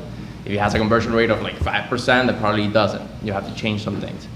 How do you think about, if you had to apply that to content, to hopefully launch some type of content series, where that's a type of short form content or a long form YouTube video series? How do you think about it that way, or how would you validate where that's working, as opposed to just keep going, and then maybe it's just there's no fit there, like what you're creating is just not. Yeah, I'm going to give you a better answer than it depends, but you do need to pick a product. The one I like to say is, if you started selling the caps on the bottom of these tables that prevent scratching on the floor, that's going to be very difficult to create content around. So if you do decide that you want to get into a product that does well with content, choosing the right product matters. Also, the mindset that we have around products currently, like Ramon pointed out, like the percentage of people here that actually have a content first approach towards their products and their brands is very different. You pick the product, and then at some stage, usually after it arrives, you're like, let's post on Facebook about it. Well, that's not going to work, right? The reverse should be happening, in my opinion, especially the newer you are to content. And that is, I'm going to mention one of the other things that we really got to learn about in the show, which is Creator Network. And it's a way to really easily and affordably grow an email list to a few thousand people, of relevant people to your category. Do that first. Experiment with your content there. And that should dictate what you should sell or not. And then sell what they're asking for. it really is easy to do that. It's a lot less riskier too. It's just not how we've been programmed to approach selling on third-party marketplaces, right? The ability has been speed, how quickly we could watch a webinar, get inspired, have a credit card, pay for something on Alibaba, receive it, and send it to FBA. And I think that's an outdated model. You also seem to be asking about engagement to the content, views of people seeing the content, and when to decide if your content is good or not. I'm gonna, instead of trying to answer that like broadly to like every category, I'm gonna speak specifically to you're trying to sell with that content. The best way I could answer that's actually through a YouTube course that I took. That he shows a target, and in the middle of this bullseye type of thing, in the middle of the bullseye is like a 0, let's say, and this is you, your mom, like people that love your stuff no matter what. And then the further you go out on these rings, there's 1 and 2 and 3. The next rings out, those are the people that know everything about your product. They know all the chemical makeups. They're current on what sugars are bad and all this other jazz. And then those people, they're ready to buy your product if it's a direct fit, but there's so much fewer of those people than the broad world. It's the type of content that you would create for them should have really high conversion, but it's gonna be very little views. So if your goal at that stage is, I wanna get a group of people that will act fast during a product launch, that content would have low views, but would convert really quickly. Mm-hmm. So I would say you create that. It doesn't mean so it depends how you're measuring it. Yeah. If you go several rings out to where people don't like, I thought a monk, like monk fruit, I thought a monk was somebody that knew karate. Like if that's what they think when they hear of monk fruit, they have no idea like what's going on. They're probably using refined sugar on everything. So that piece of content that you create is gonna be more of like a broader comparison type of content between monk fruit and all the different types of sugar alternatives. Yeah. That's gonna have a ton of views, but very little conversion at first. So that might be a piece of content you use that gets a lot of views, but has a mechanism or a lead magnet for someone to give you an email so that you can continue educating them throughout and leading them towards ring 2 or ring 3. Yeah. So it depends. You can't really judge the content on it being good or bad unless you know who you're targeting. Can I ask a quick follow-up? Yeah. So in your case, for example, remember last time we talked, you were working very hard in creating different YouTube videos, experimenting with thumbnails, like caring about every single detail. My question is, in your experience doing that, where, I'm not sure where you're at right now with that effort, but what I remember back then was you saw kind of like a series of videos as an experiment. You were like, this is an effort to see if it works. Yeah. And if it doesn't, then I'll have to reconsider and do something else. Yep. I'm curious about that. Like, have you, or will you share about how you think about those efforts? Are those, like 2-month sprints? Are those like at least 10 pieces of content? Is it like, how do you think about that? I think it is about 10 pieces of content. In the case of video and YouTube, it was creating 4 at a time and batch recording them, so it's roughly 12 pieces of content. What I was testing at that time, and again, testing has a lot to do with that next book I have down here that I'll share with you guys, with content. You want to test to see like what's going to work. In this case of YouTube, YouTube was a pretty new medium, piece of content medium for me to approach. I had the least experience in it. Like for example, I have a lot of video content with me on a stream, but that's just me freestyling and here talking. Like I don't use slides, I just talk about what I want. That's very different than like produced content and needing to cover a bunch of things in a certain order, like say what Erica does on TikTok, right? Very different. So there's also the packaging element that needs to be done. So there was a lot that was being tested. Primarily what I was testing then when we spoke was packaging. People won't consume your content if they don't click on it. So I really wanted to master the packaging, and I would say the result, we've mastered the packaging. Yeah. Nice. At this stage. September, we moved locations, so I needed to tear down my recording studio and move it here. And it wasn't until 3 months ago, that it was fully back up. During that time, a priority shifted, and Moises is going to be launching the YouTube channel for Wizards of Ecom in Español.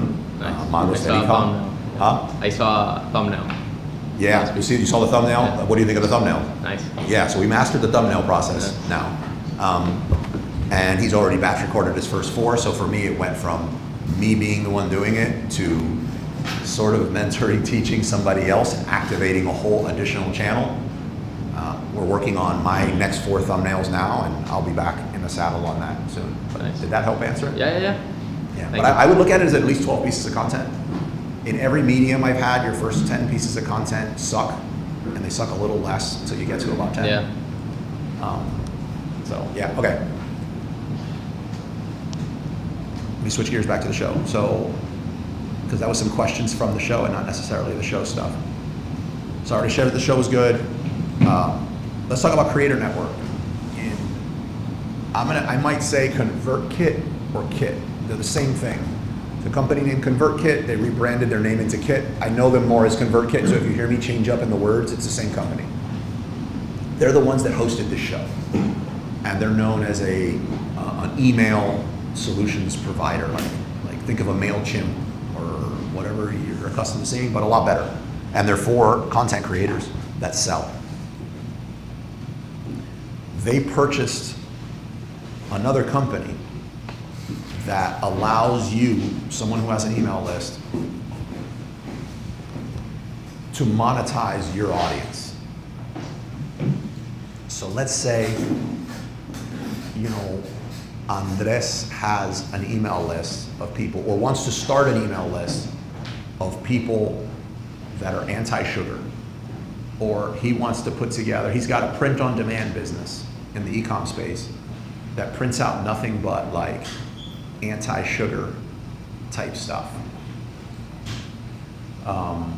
Like I saw someone do a sugar shirt one time and it said sugar, synonym, cocaine. And it was trying to arsenic, sugar, and it was trying to educate people through these shirts. Say that's his business. If he goes to Meta, Facebook, and starts running ads to sell those shirts, he's gonna be wildly unprofitable on these one-off shirts. Instead, he'd like to build an email list. But again, if he creates a cool lead magnet and he runs it on Meta to build this email list, he's gonna be investing a lot into an email list and not be able to sell these shirts. So it's like chicken and the egg. Instead, he goes to Creator Network, and Stefano has an email list. Say he has a few thousand people on his email list. He's not gonna share that list with Andres. It's gonna be almost impossible for them to get to know each other and come to some sort of agreement. And everyone resonates with Stefano's writing style. So getting Andres just to write an email that he'll blast to his people is not really a good thing to do. So what Creator Network has done is they all allow Stefano, who's connected to Creator Network, give a description about the types of people who are on his list and what his newsletter is about. He knows that that's the type of person that he needs to sell these shirts to. And anyone who is subscribing to an email list about monk fruit is the person that would wear this shirt, bashing sugar, probably. So what he does is he goes into Creator Network, he sees the email newsletter, and he just connects to it. And when he connects to it, he sees what Stefano put on the back end. That might be, for every person from my list that wants to join your list, I want 50 cents. Right? I mean, they have to, and what happens is someone opens up Stefano's email newsletter, this dialog box pops up and says, here's 3 additional email newsletters we think you might be interested in. With some boxes checked, you can uncheck them. And one of them's his. So the person keeps it checked and they're like, yeah, I want to check out that newsletter. I do think sugar is like cocaine. And they click yes, they double opt into his email list. He makes 50 cents. He would have had to pay several dollars to get that same lead on Meta. So now they're in his email sequence and he does that. Now he can find all these other email lists that are out there that are very active people that consume email and do the same thing with. He can set a max budget per day. He can, agree not to pay more than X amount, all that. So I know a lot of people that for an average of about $500 over time are building email lists of several thousand people on Creator Network ConvertKit. You do not need, you can do a lot of damage with a list of a few thousand people. You do not need 10, 20, 30, 40, 50,000 people. A really nice email list of 3,000 engaged people can help you launch a product in almost any category on Amazon. That's a really big deal. I would be taking advantage of that almost immediately, because learning about email marketing and creating email newsletters, which is content, is a lot easier than getting the people on the email list, right? So you're gonna be in this position where you're like, oh, I know what to say. I think I know what to say. I think I know what I would, but how do I get people on it? And it winds up becoming wildly unprofitable to get people on it. Or you buy a list and you have a bunch of bad people on it, and that's expensive. So Creator Network solves that. I was already seeing a lot of wins, so it was a big validation thing for me at Create Network to see that. at Craft and Commerce to see that. And to hear everybody else that was doing it was, people, there's a guy named Jay Klaus there that I was doing my best to get into his upper tier invite only program, which I'm on the plane on the way back, by the way. Remember I sent you the screenshot? Or you guys saw it on the plane? Where he sent me the thing, and because we got to talk briefly before the event, and I got accepted to his, yep. Yeah. Nice. Yep. To his program. He uses it, and he he gets emails from all over the place, but he still thinks it's of so much value that they use it. So if these people, these top tier creators are using it, you should be using it too. It's affordable, it's easy. I highly recommend doing it. And if you feel like it's too risky to do with your brand, get $100, $200, create some random brand, and just test it, because it works. Why would it be risky? It's not, but people throw the weirdest. Okay, but can you still amend that argument? Why would it be risky? It's not. I just threw that out there because I like to say, I like to get ahead of excuses, because what I don't see right now is everybody going and writing it down like they're about to leave here and go do it. So I'm like, well, what's going on? Somebody was the $200 too much? Was it the $500? So I'm just trying to be I really think you guys should do this. I don't make a penny off of it. This would really help your business. If you don't have a business and you're thinking about one in the future, you could start it now. If you decided you're going to get into iguana leashes. I don't know, if you want to get into iguana leashes, you could start an iguana newsletter now. It would be an iguana newsletter. It would be the tropical life of something, right? That's a type of... You need to put your marketing hat on, but yeah, you're right. You need to put your marketing hat on and think about things like avatars and all that. But I assure you, that is a lot. It may sound intimidating right now, but it is a lot less complicated than figuring out how to do what we already do, finding products. That's true. So it's just a new piece of vocabulary. But yeah, sometimes it's not the most obvious. For example, one of the best lists to target if you're starting a coffee brand is Christian newsletters. There's apparently a lot of Christians drink coffee. But Tom. Or Erica's the logic thing, right? So a lot of Christians drink coffee. He's Christian, that means he drinks coffee. Is that a logic thing like you just did? I told you, listen. Yes, yes. She just passed the logic exam in school, so you passed, right? I hope so. I hope I didn't jinx it.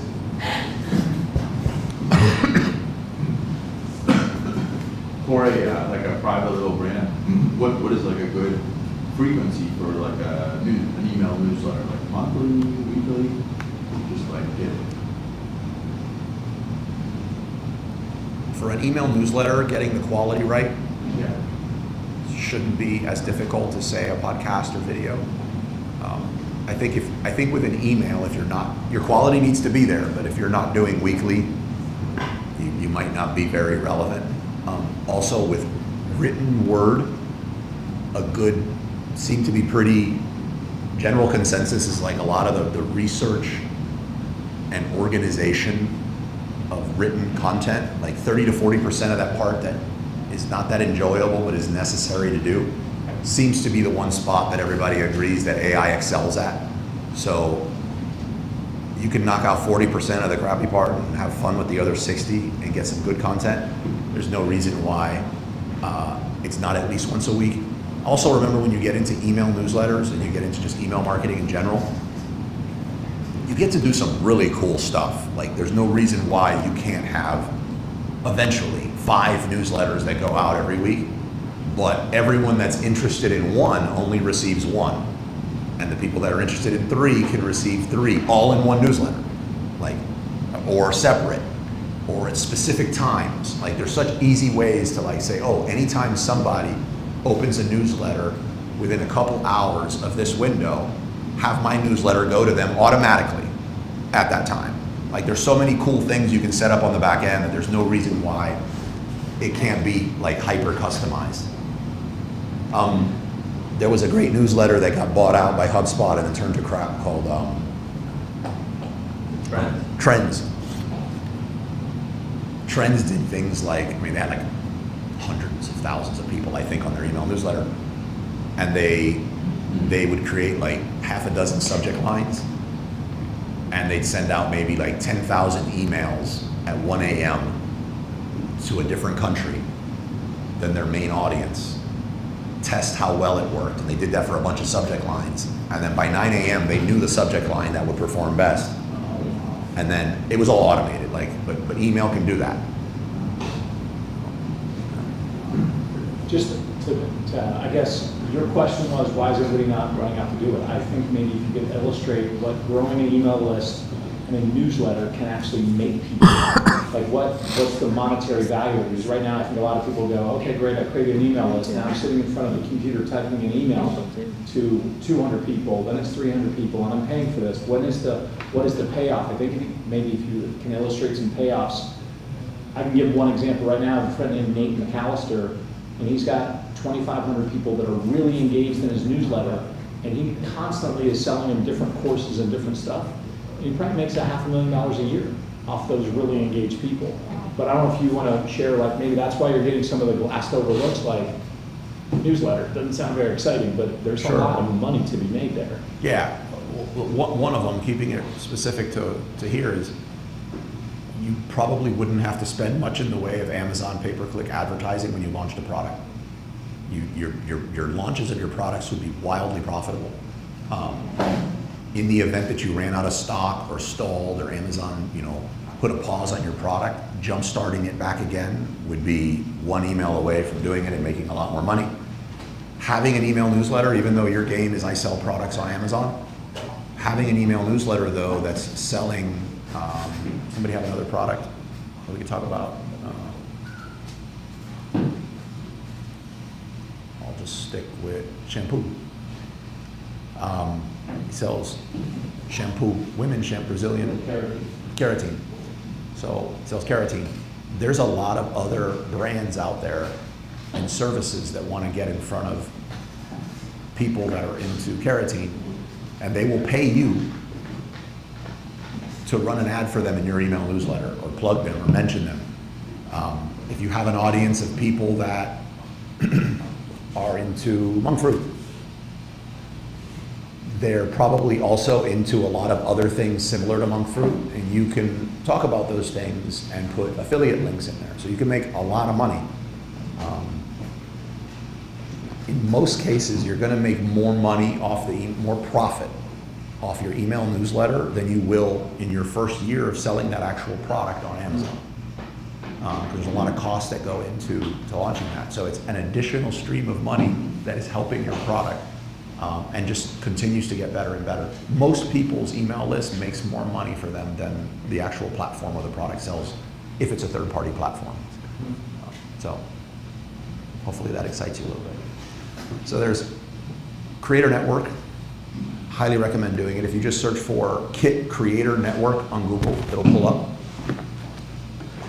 We talked about the lack of talk about TikTok. very leery about AI.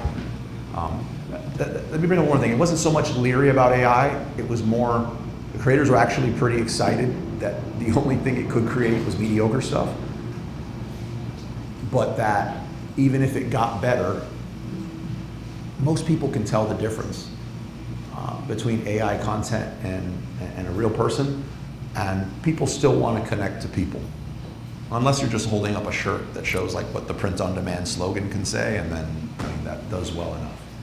But you usually know that you're not looking at a real person in that regard. What was the person? Liz Wilcox. Liz Wilcox. She really like this woman full of energy. She was on Survivor. That was a Survivor, right? And she does something like she has an email newsletter where Raul subscribed to it just to get this stuff. It's like $7 to $10. You did. He wants to repeat. He wants to replicate it. Yeah, $9. I think $9 a month, right? And she sends you the email templates you can use for your email newsletter. So if you want to have a really great email newsletter and you don't know what to write about, she'll send you the templates of what you can write about each month for $9. She's a former expert email writer, and so now she has a community of $9 members. Of which she's made $1 million. What was it? Of which she's made $1 million. So that's what I probably should have led with as to why email is so important. Let's see what else. Oh, I want this one. This is one of my favorite speakers. I've known of her before. Anne Laura Lecomte. She has a book called Tiny Experiments. She was one of the better speakers, right? Yeah. I think she was one of the best. I've started listening to this on an audiobook, but I'm thinking of trying to incorporate some of this into like a future meetup, having to do with specific experiments. But she talks about things like, it doesn't have to be professional experiments too, it can be personal or professional. But it does a really good job of sharing like why that's important. Like for example, I'm gonna spend $10 a day for the next 30 days on Creator Network, building emails. That's it. So like what you're gonna do and how long you're gonna do it, and then just look at what the result is on the other side. Like little micro, tiny experiments, and how they can impact your business and things that could happen while you're doing it that you didn't even expect. But how to track them, I found to be really good. I highly recommend the book. It could be, I'm not gonna mess with my PPC, I'm not gonna check on my advertising daily. I'm gonna look at it no more than twice a week for the next 1 month and see like what happens. Are you in a much better place? Do you find yourself when you do go in and look at your reports that you're going a little deeper into them and it's actually more meaningful? But like anything you could possibly imagine when it comes to A/B testing or experimenting, this person covers. And when it comes to content, that's the majority of the game. What else? Video related. Very bullish on YouTube. Like all the content creators were. Very, very bullish on YouTube. And when it comes to YouTube, long form. Not to ignore short form, but it seemed unanimous that if you're going to do long form and you're going to do short form currently on YouTube, keep them separate. Kind of makes sense when you look at the top 1% of creators. They'll have, Mr. Beast and then Mr. Beast Shorts. And it's just the type of people that, maybe we could ask here, like how many of you primarily watch shorts over long form? How about long form over shorts? Right. So most people who have a business that are making money, it's long form that sells their products. The other one is we were actually talking about this before, I think it was Tom and I, but no calls to action in shorts. Shorts, reels, whatever the case may be, if you have a call to action included in that short form under 60 seconds, it is hurting your videos. They showed a great deal of examples and content on that, and it was pretty decisive. It is not to say that your call to action will not be acted on and you won't sell products by doing shorts, but rather if your shorts are of good enough quality, people will naturally go find or go look in the description. But adding a call to action inside of a short seems to do a lot of damage to the actual video. Like what they showed was pretty, like I was like, I had to, wasn't it you and I, Tom, that were talking about it? Like right before the show? Yeah, we were, I mean. And I was kind of like, I had to really think of it because I hadn't really given that a lot of thought, but I was really skewed that way. But then when they actually in the show started breaking out and showing it, I think that's why it caught my attention. It was very lopsided. So it was, if your content was good enough, you'd have a call to action in the short. There was examples of people getting long form content and using like Opus or a lot of other things and clipping long form. Those did worse as shorts by far than shorts that were created with the intention of being shorts. And if those happened to have a call to action in them, they did even worse than a short that was intentionally created with a call to action in it. And then, what was the third?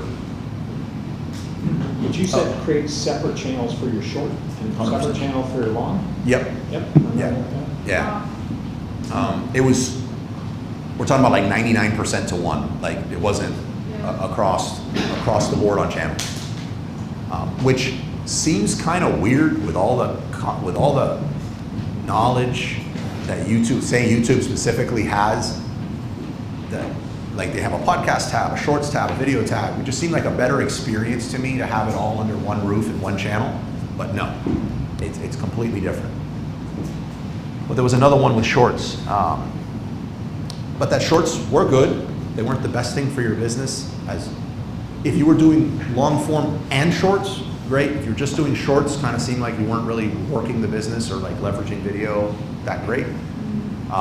Everyone seemed to say there really wasn't that many businesses in the way who had a very strong, profitable business that just did shorts and that were also selling, that weren't like into entertainment. Did they talk about using shorts to promote a video? I've seen like a short that says, if you want to keep watching. They said no calls to action in the video, but that in the description of the short or in the bottom, if it referenced or linked to another video, even if it was on another channel. Just in general. So if you had a separate long form channel and you had a short, and the short didn't have a call to action, didn't have an error, it didn't have a graphic that popped on, anything like that, but if the short was of good enough quality, that people naturally would find it. And that did much better. I don't remember the exact words, but it seemed that if your short wasn't of good enough quality, then the call to action being there didn't help either because it wasn't good enough quality to get the person to want to act. Basically, your shorts were helping you grow your long form subscribers. Yes. By having them separate. Yeah. Right, but it seemed like the types of people that primarily consume shorts versus long form, they're different. But there's a small percentage in each one that do check out both. And those people, if they like your content, know to go down there, look, and go check out the other one. But it is a tiny percentage. So that was So why do shorts? I think shorts are good for some awareness plays. Like there should be some percentage of your marketing or advertising that should be awareness. And that kind of falls into the awareness. And within that, there's going to be a small percentage that actually jump over to the long form. So don't you think your shorts, you do the same short on Instagram and TikTok as you would on a YouTube short? I didn't like that because I felt going into the show that you needed to create a completely different type of content for each type of channel because Pinterest is kind of like what you plan to do in the future. Facebook is what we're doing right. Meta is kind of like what we're doing now. Twitter is a little more instant. Like each channel has a different skew towards like what you're doing. But they said when it came to shorts that there was nothing, and like this is what they're showing, like there was no reason to not put a short, same content, across everywhere that accepted those short formats. Like it didn't hurt you. Podcasting, do not put, if you're gonna do podcasting on YouTube, it needs to be a separate channel that is just for the podcast. And the types of podcasts say that I have on my YouTube channel from the past of like a Zoom of us side by side, that those are absolutely horrible and ineffective to go on YouTube.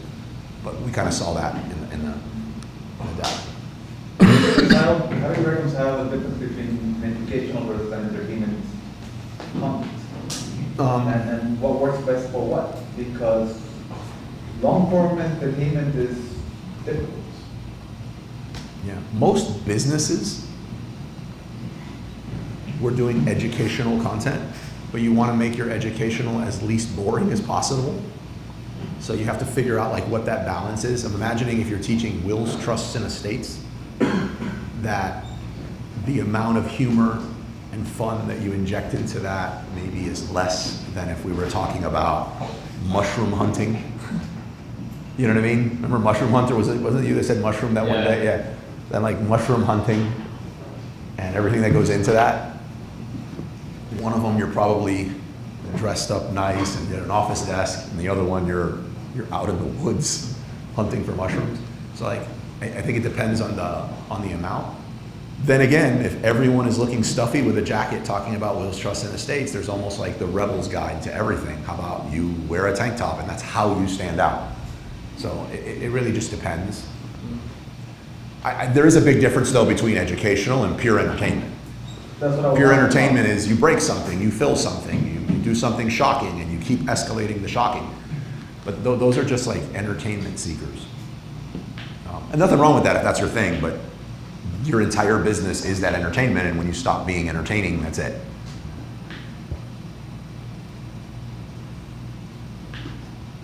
So, I mean, you know my product, that's what I struggle with, right? Like Stefano has something to teach. But I was talking to Ramon, and my idea for him was, I don't know what you think, teach how to host board game night. Everything around it, like. Kind of like have a meetup about board games.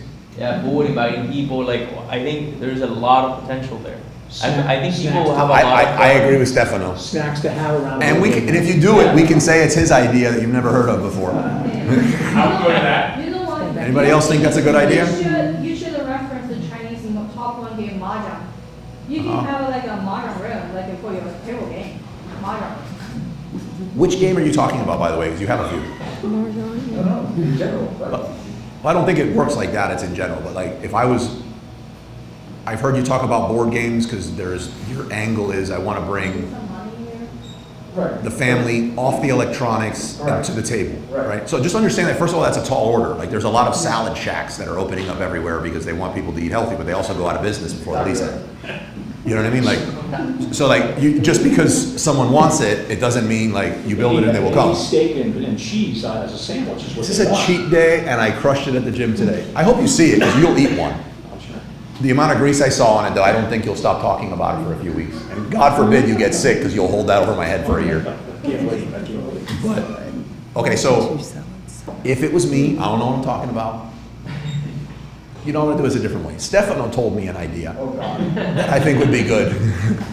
First of all, I think there's no reason why you wouldn't hold a game night. Like that is a proven concept that works. And I happen to know a thing or two about building community and hosting events. Nah.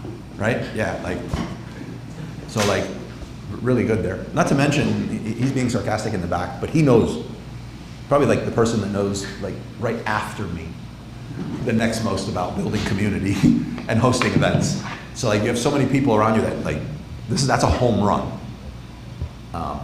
The other one is, I find a lot of times with content creation for our products, like Candace, I always have to ask, you talk about your product openly with everyone. ahead, yeah. Okay? She's selling these beautiful, which hopefully everyone gets to see the latest photo, but beautiful bee glass glasses. She could create content about bees, right? She could create content about how to take care of wine glasses, right? She could, I mean, now we're getting a little more exciting, but I would do better than this, but like wine pairing guides and like what are these cool things that go with wine. It's like, wait a minute, there are businesses out there like Habitats for Humanity, no, is wine with a twist. There's some companies out there that have this like almost pyramid scheme type thing. Is they're like, Stefano, will you host a wine pairing thing? And you're like, yes. I charge him like $80. He brings 10 friends, and I have this guide that sits you down, and they're fun, right? But like the fact that there's so much information out there that's teaching people like what pairs with what and why and what's cleansing the palate, like that's something you learn and you want to repeat. So like that's a lot of content right there that you can create without having to think of anything. So, and that's if we're just getting into food. We can talk about like wine pairing with cigars. We can talk about like there's so many different things we can go. Like I would think about it broader with that game. And then finally, you want to bring the families to the table. That's broad. How about dads? Because you could speak as a dad. How about like Wonder Dads and all these people that create content out there? Create something around dads and their kids, and then inject your game into that as an option for the dads that want to move away electronics, which is going to be a segment of your overall audience. Right? So like those are the ways I would approach it, but approaching it just as straight up like, look at my game, and this is my game backward, and this is my game upside down, like that's not gonna fly. Yeah. And it's gonna be very difficult to be entertaining. So that's what Stefano would do. Stefano shared that with me, and I'm just repeating it. You would flip it around to make it educational no matter what, basically what you said. I don't know if I said that. I'm hesitant to agree to that. I find what I said to be entertaining though. Oh, educational, but with an entertaining, with an educational component. How about this? A newsletter that showed dads. I hope I don't get beat up for this from like men-women thing, but like it's 2025 here. But I feel like a lot of the guys I know struggle worse with coming up with these cool activities to go do than, at least that's what they tell me, and than their wives. So like, I think I would subscribe to that. That would give me like an unlimited list of ideas to be like a rock star dad, which could give me some tips on what to do with my wife and my kids and them together and like all that. Like I would subscribe to that. And then within that, you have the whole family unit consuming content. Dad gets to be a rock star. If I tell my wife, I don't think they should look at their tabletas today. I think we should all sit down and play a board game. You know how many points I would win for that? Like, so like I think that's a win. Like that would win, but that newsletter is not called board games. Right. Yeah, all right. Covered YouTube, covered long form, short form, covered Creator Connect. Let me touch on one other thing that to me brought this together, and I'm feeling a little more confident saying. For 16 years of selling, you sold products, or if you failed miserably and lost a bunch of money, then you sold courses about how to successfully sell, right? That seems to be what happened. Because in the process of failing, there's nothing wrong with that, but in the process of failing, you learned a whole bunch of cool acronyms and things that you can say, which made you seem super intelligent to a bunch of people that didn't know. And now you're like, what am I gonna do with all these useless facts now? Because they don't apply to me working in Starbucks. So you create a course and you sell it to people. Horrible thing. So for many years, I was just like, so anti-course, you couldn't imagine, because those were like the bad people, the fake people. 16 years later, I'm thinking that I wasn't off in what I thought, but like I got a little too, I overreacted. And that courses and products are not like mutually exclusive.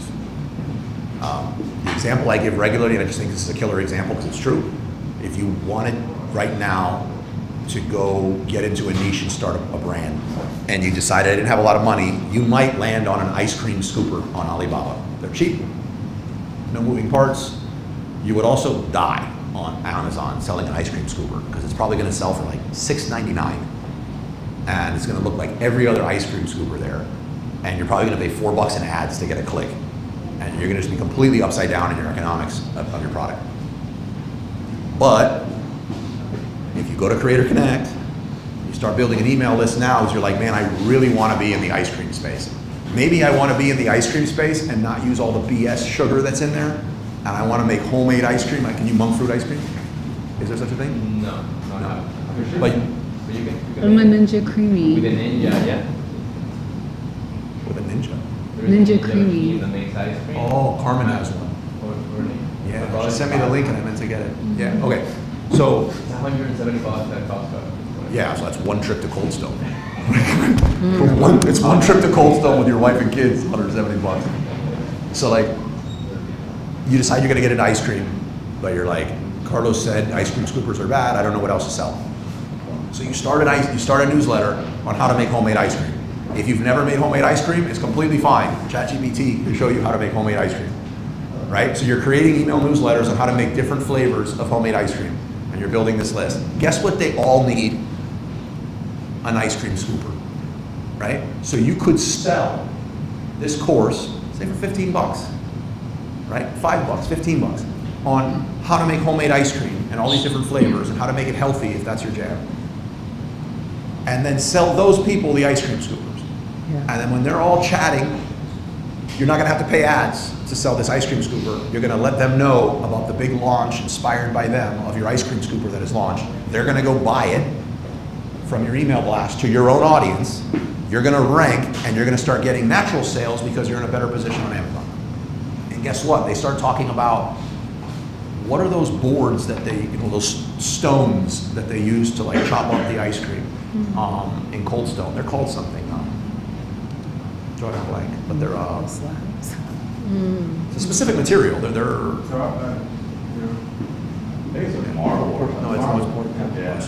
stoneware.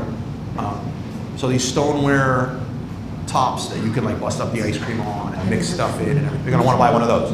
Again, horrible product to try to launch with Amazon PPC. Relatively heavy, could break. It's stoneware. But if you're selling it to your list and launching it on Amazon, it's a fantastic thing to do. What I'm trying to get at is you're creating content and creating a course that you're selling before you have deployed your money in a risky way to some factory you've never met in China, right? It's a much better way to do it. Imagine if you launch the course and you're making a couple bucks off this, you're learning the skill about creating a course, you're creating the content, you're building an email list, and they all say, we would never buy an ice cream scooper. The only thing we want to buy when it comes to ice cream is something that whips it, because the rest of it's kind of easy. Well, now you know what to sell, and you're not sitting on a garage full of ice cream scoopers. So like, it's a no-brainer way to approach selling products online. I'm going to be recommending to everybody that comes to me new and they're like, Carlos, I've decided I'm going to sell a private label. You're sort of like where Tom was at when I first met Tom. And he said, well, what product to sell? And I was like, what are you passionate about? Like, what are you into? And he straight faced said, cash flow positive. He said he was passionate about cash flow positive. And then said, if you were the CEO for the day, what would you sell? And now he sells dirt. Right, so I recommend anybody that comes to me now talking about they want to start a private label, I'm going to be starting to recommend that way. Like, what is the content that can be created around that? Can you do that first? I know, Ting, you're already on that mission. And then what is a digital course that you could be selling so that you're actually selling when you run out of inventory at some point, because that happens.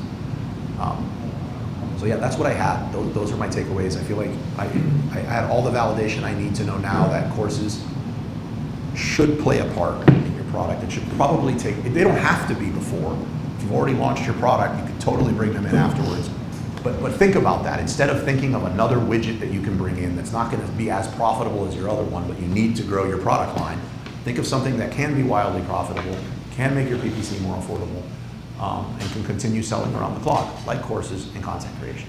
So I hope that made some sense for everybody. Anything else that I missed? Because I didn't have notes with me, so I really love the elevator speech part.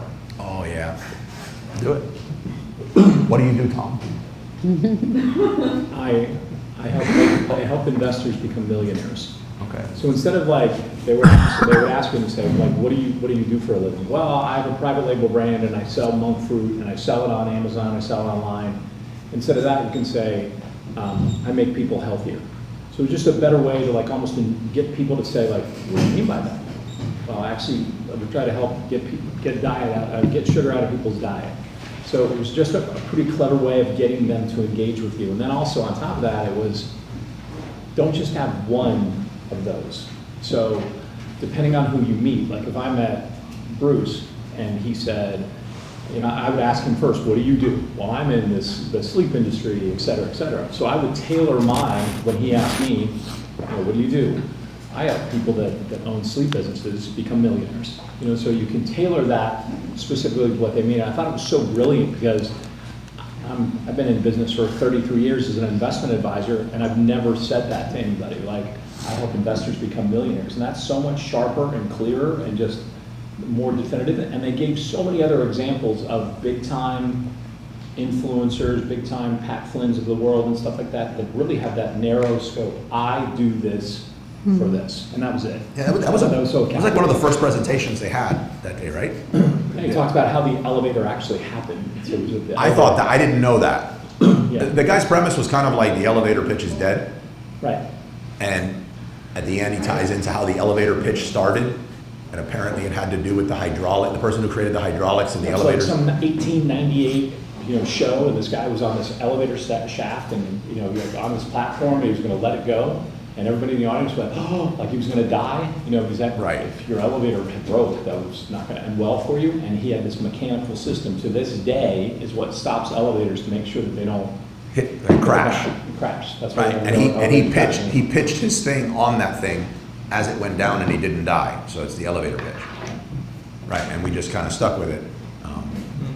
And then the guy says, "Yeah. So how many times have you actually used your elevator pitch?" And it's like the 30 seconds you have in the elevator with Mark Zuckerberg. How often does that happen? Right? It was really good. He took it though. He started there, but then he took it into the type of content that you create, like your landing page. And your landing page, it has this long 2 sentences about what you're trying to sell. And people approach that almost as an elevator pitch, and instead of like truncating it down into the very specifics of what you do, and in reality, that's what converts better. So yeah, that was really good. What was the other one he said? About a sniper. Which one? There was a good one about a sniper, and it was, no. I think he's just trying to say that to use that also in your thumbnails, you know, in your thumbnails or your Instagram, like, you're not tired, you're in danger, or something like that. Like he helped it so that way you could kind of like captivate people's attention a little bit more instead of giving something very boring like board games. You know, this is how fathers make popcorn for their kids on game night or something is better. There is one other piece of content, and I intentionally avoided it until the end, because if you're not thoroughly scared at this point, like I am never coming back to this if he thinks I'm gonna create a video, right? Because this one, it really is a little scary, but it's the most rewarding thing you could possibly do, and it's IRL. It's in real life. So meetups, and creating a community where you're actually connecting with people. It could be pop-ups in different cities. It can be like what we do, and we've been doing here for 11 years, but one of the most rewarding things I've ever done besides have kids, meet my wife in case she's watching.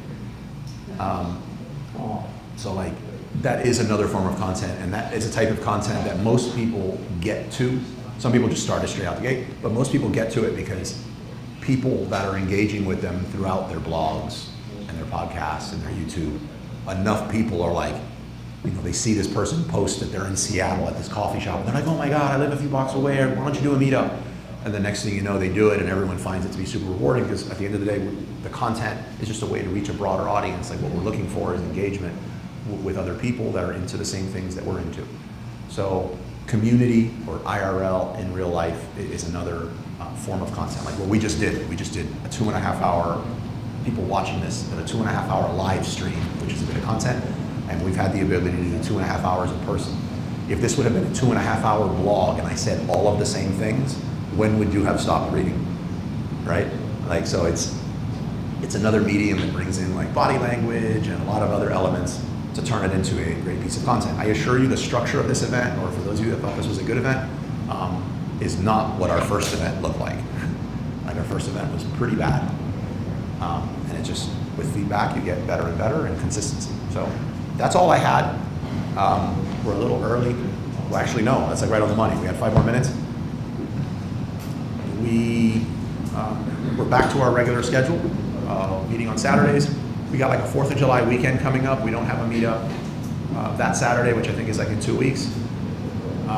But yeah, we're totally back to our Saturdays. I'll wrap up now. Crafted Commerce is definitely something you want to go to the next year.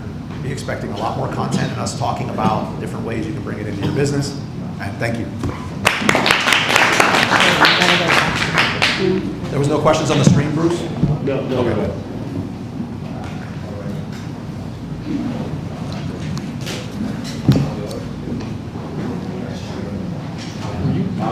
There, yeah,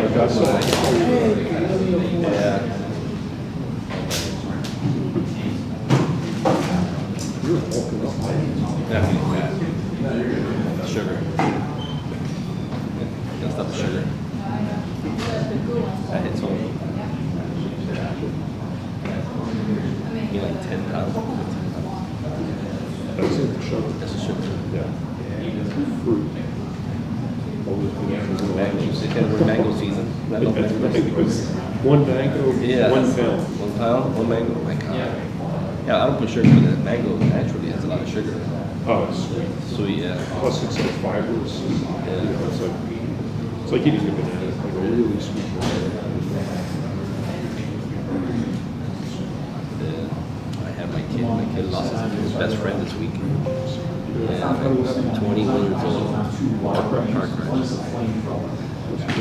Oh yeah, by himself. He tried to take a curve, getting off the expressway. He flipped. How small was it? It's like a Lincoln or something. Very, very, very poor kid. So young. Oh yeah, it was hard. Really good nice kid. Really religious. And his mom was like overprotective. I guess at 21-year-old age, they think they. And so the funeral was yesterday. Yeah, so I have my little girls, baptism was today in the morning. And it happened to be the same priest that was on the funeral last night. It's such a small world, these kids. It's crazy. So sad. So they did like a GoFundMe because the family's poor. Was it worth seatbelt and everything? He said he flipped and then hit a tree. So he missed the guardrail, he missed it by inches. And then he would have hit that, he would have stayed inside. I had a friend died, came off the road and Rolled over, Yeah. there's a tree there, knocked down the whole tree and knocked him out, just crushed him inside. Yeah. Well, they had to cremate because his body was poor kid. How's your son taking it? Oh, horrible. He was with him a few days ago. He talked to me in the morning. He talked to me in the morning and he died in the afternoon. Right. Just finished college. It's like my son just started driving, and he goes out by any time, he just takes the car whenever he wants. And doesn't even tell me, I hear the door close behind him and he goes, that's it. But I watch him pull out, and my wife tracks him. Does he have that app? That shows how fast he's going? I don't know if that's on the app. I don't have it on my phone, but my wife knows where he's at. Oh yeah, there's an app. There's an app that shows he goes 100 miles an hour. He's going 50. He's never done that with us in the car. Yeah. So, he's always very careful. He knows never to look at his phone or anything like that. They're inexperienced, so they go a little bit far. It happened to me. I ran off the road, same like here by the Experience. crazy. Crazy were like, I don't know where that was. It was a cool car. It was a great car. Oh yeah. Red. Yeah. Back in the day. So that one took me. Thank God. That's what like no profile. He actually skidded in those little trees. Yeah. And I came out my front. High school. I was like, my God, easily. It just flipped. And the car's a little bit higher. It flipped. So, fast.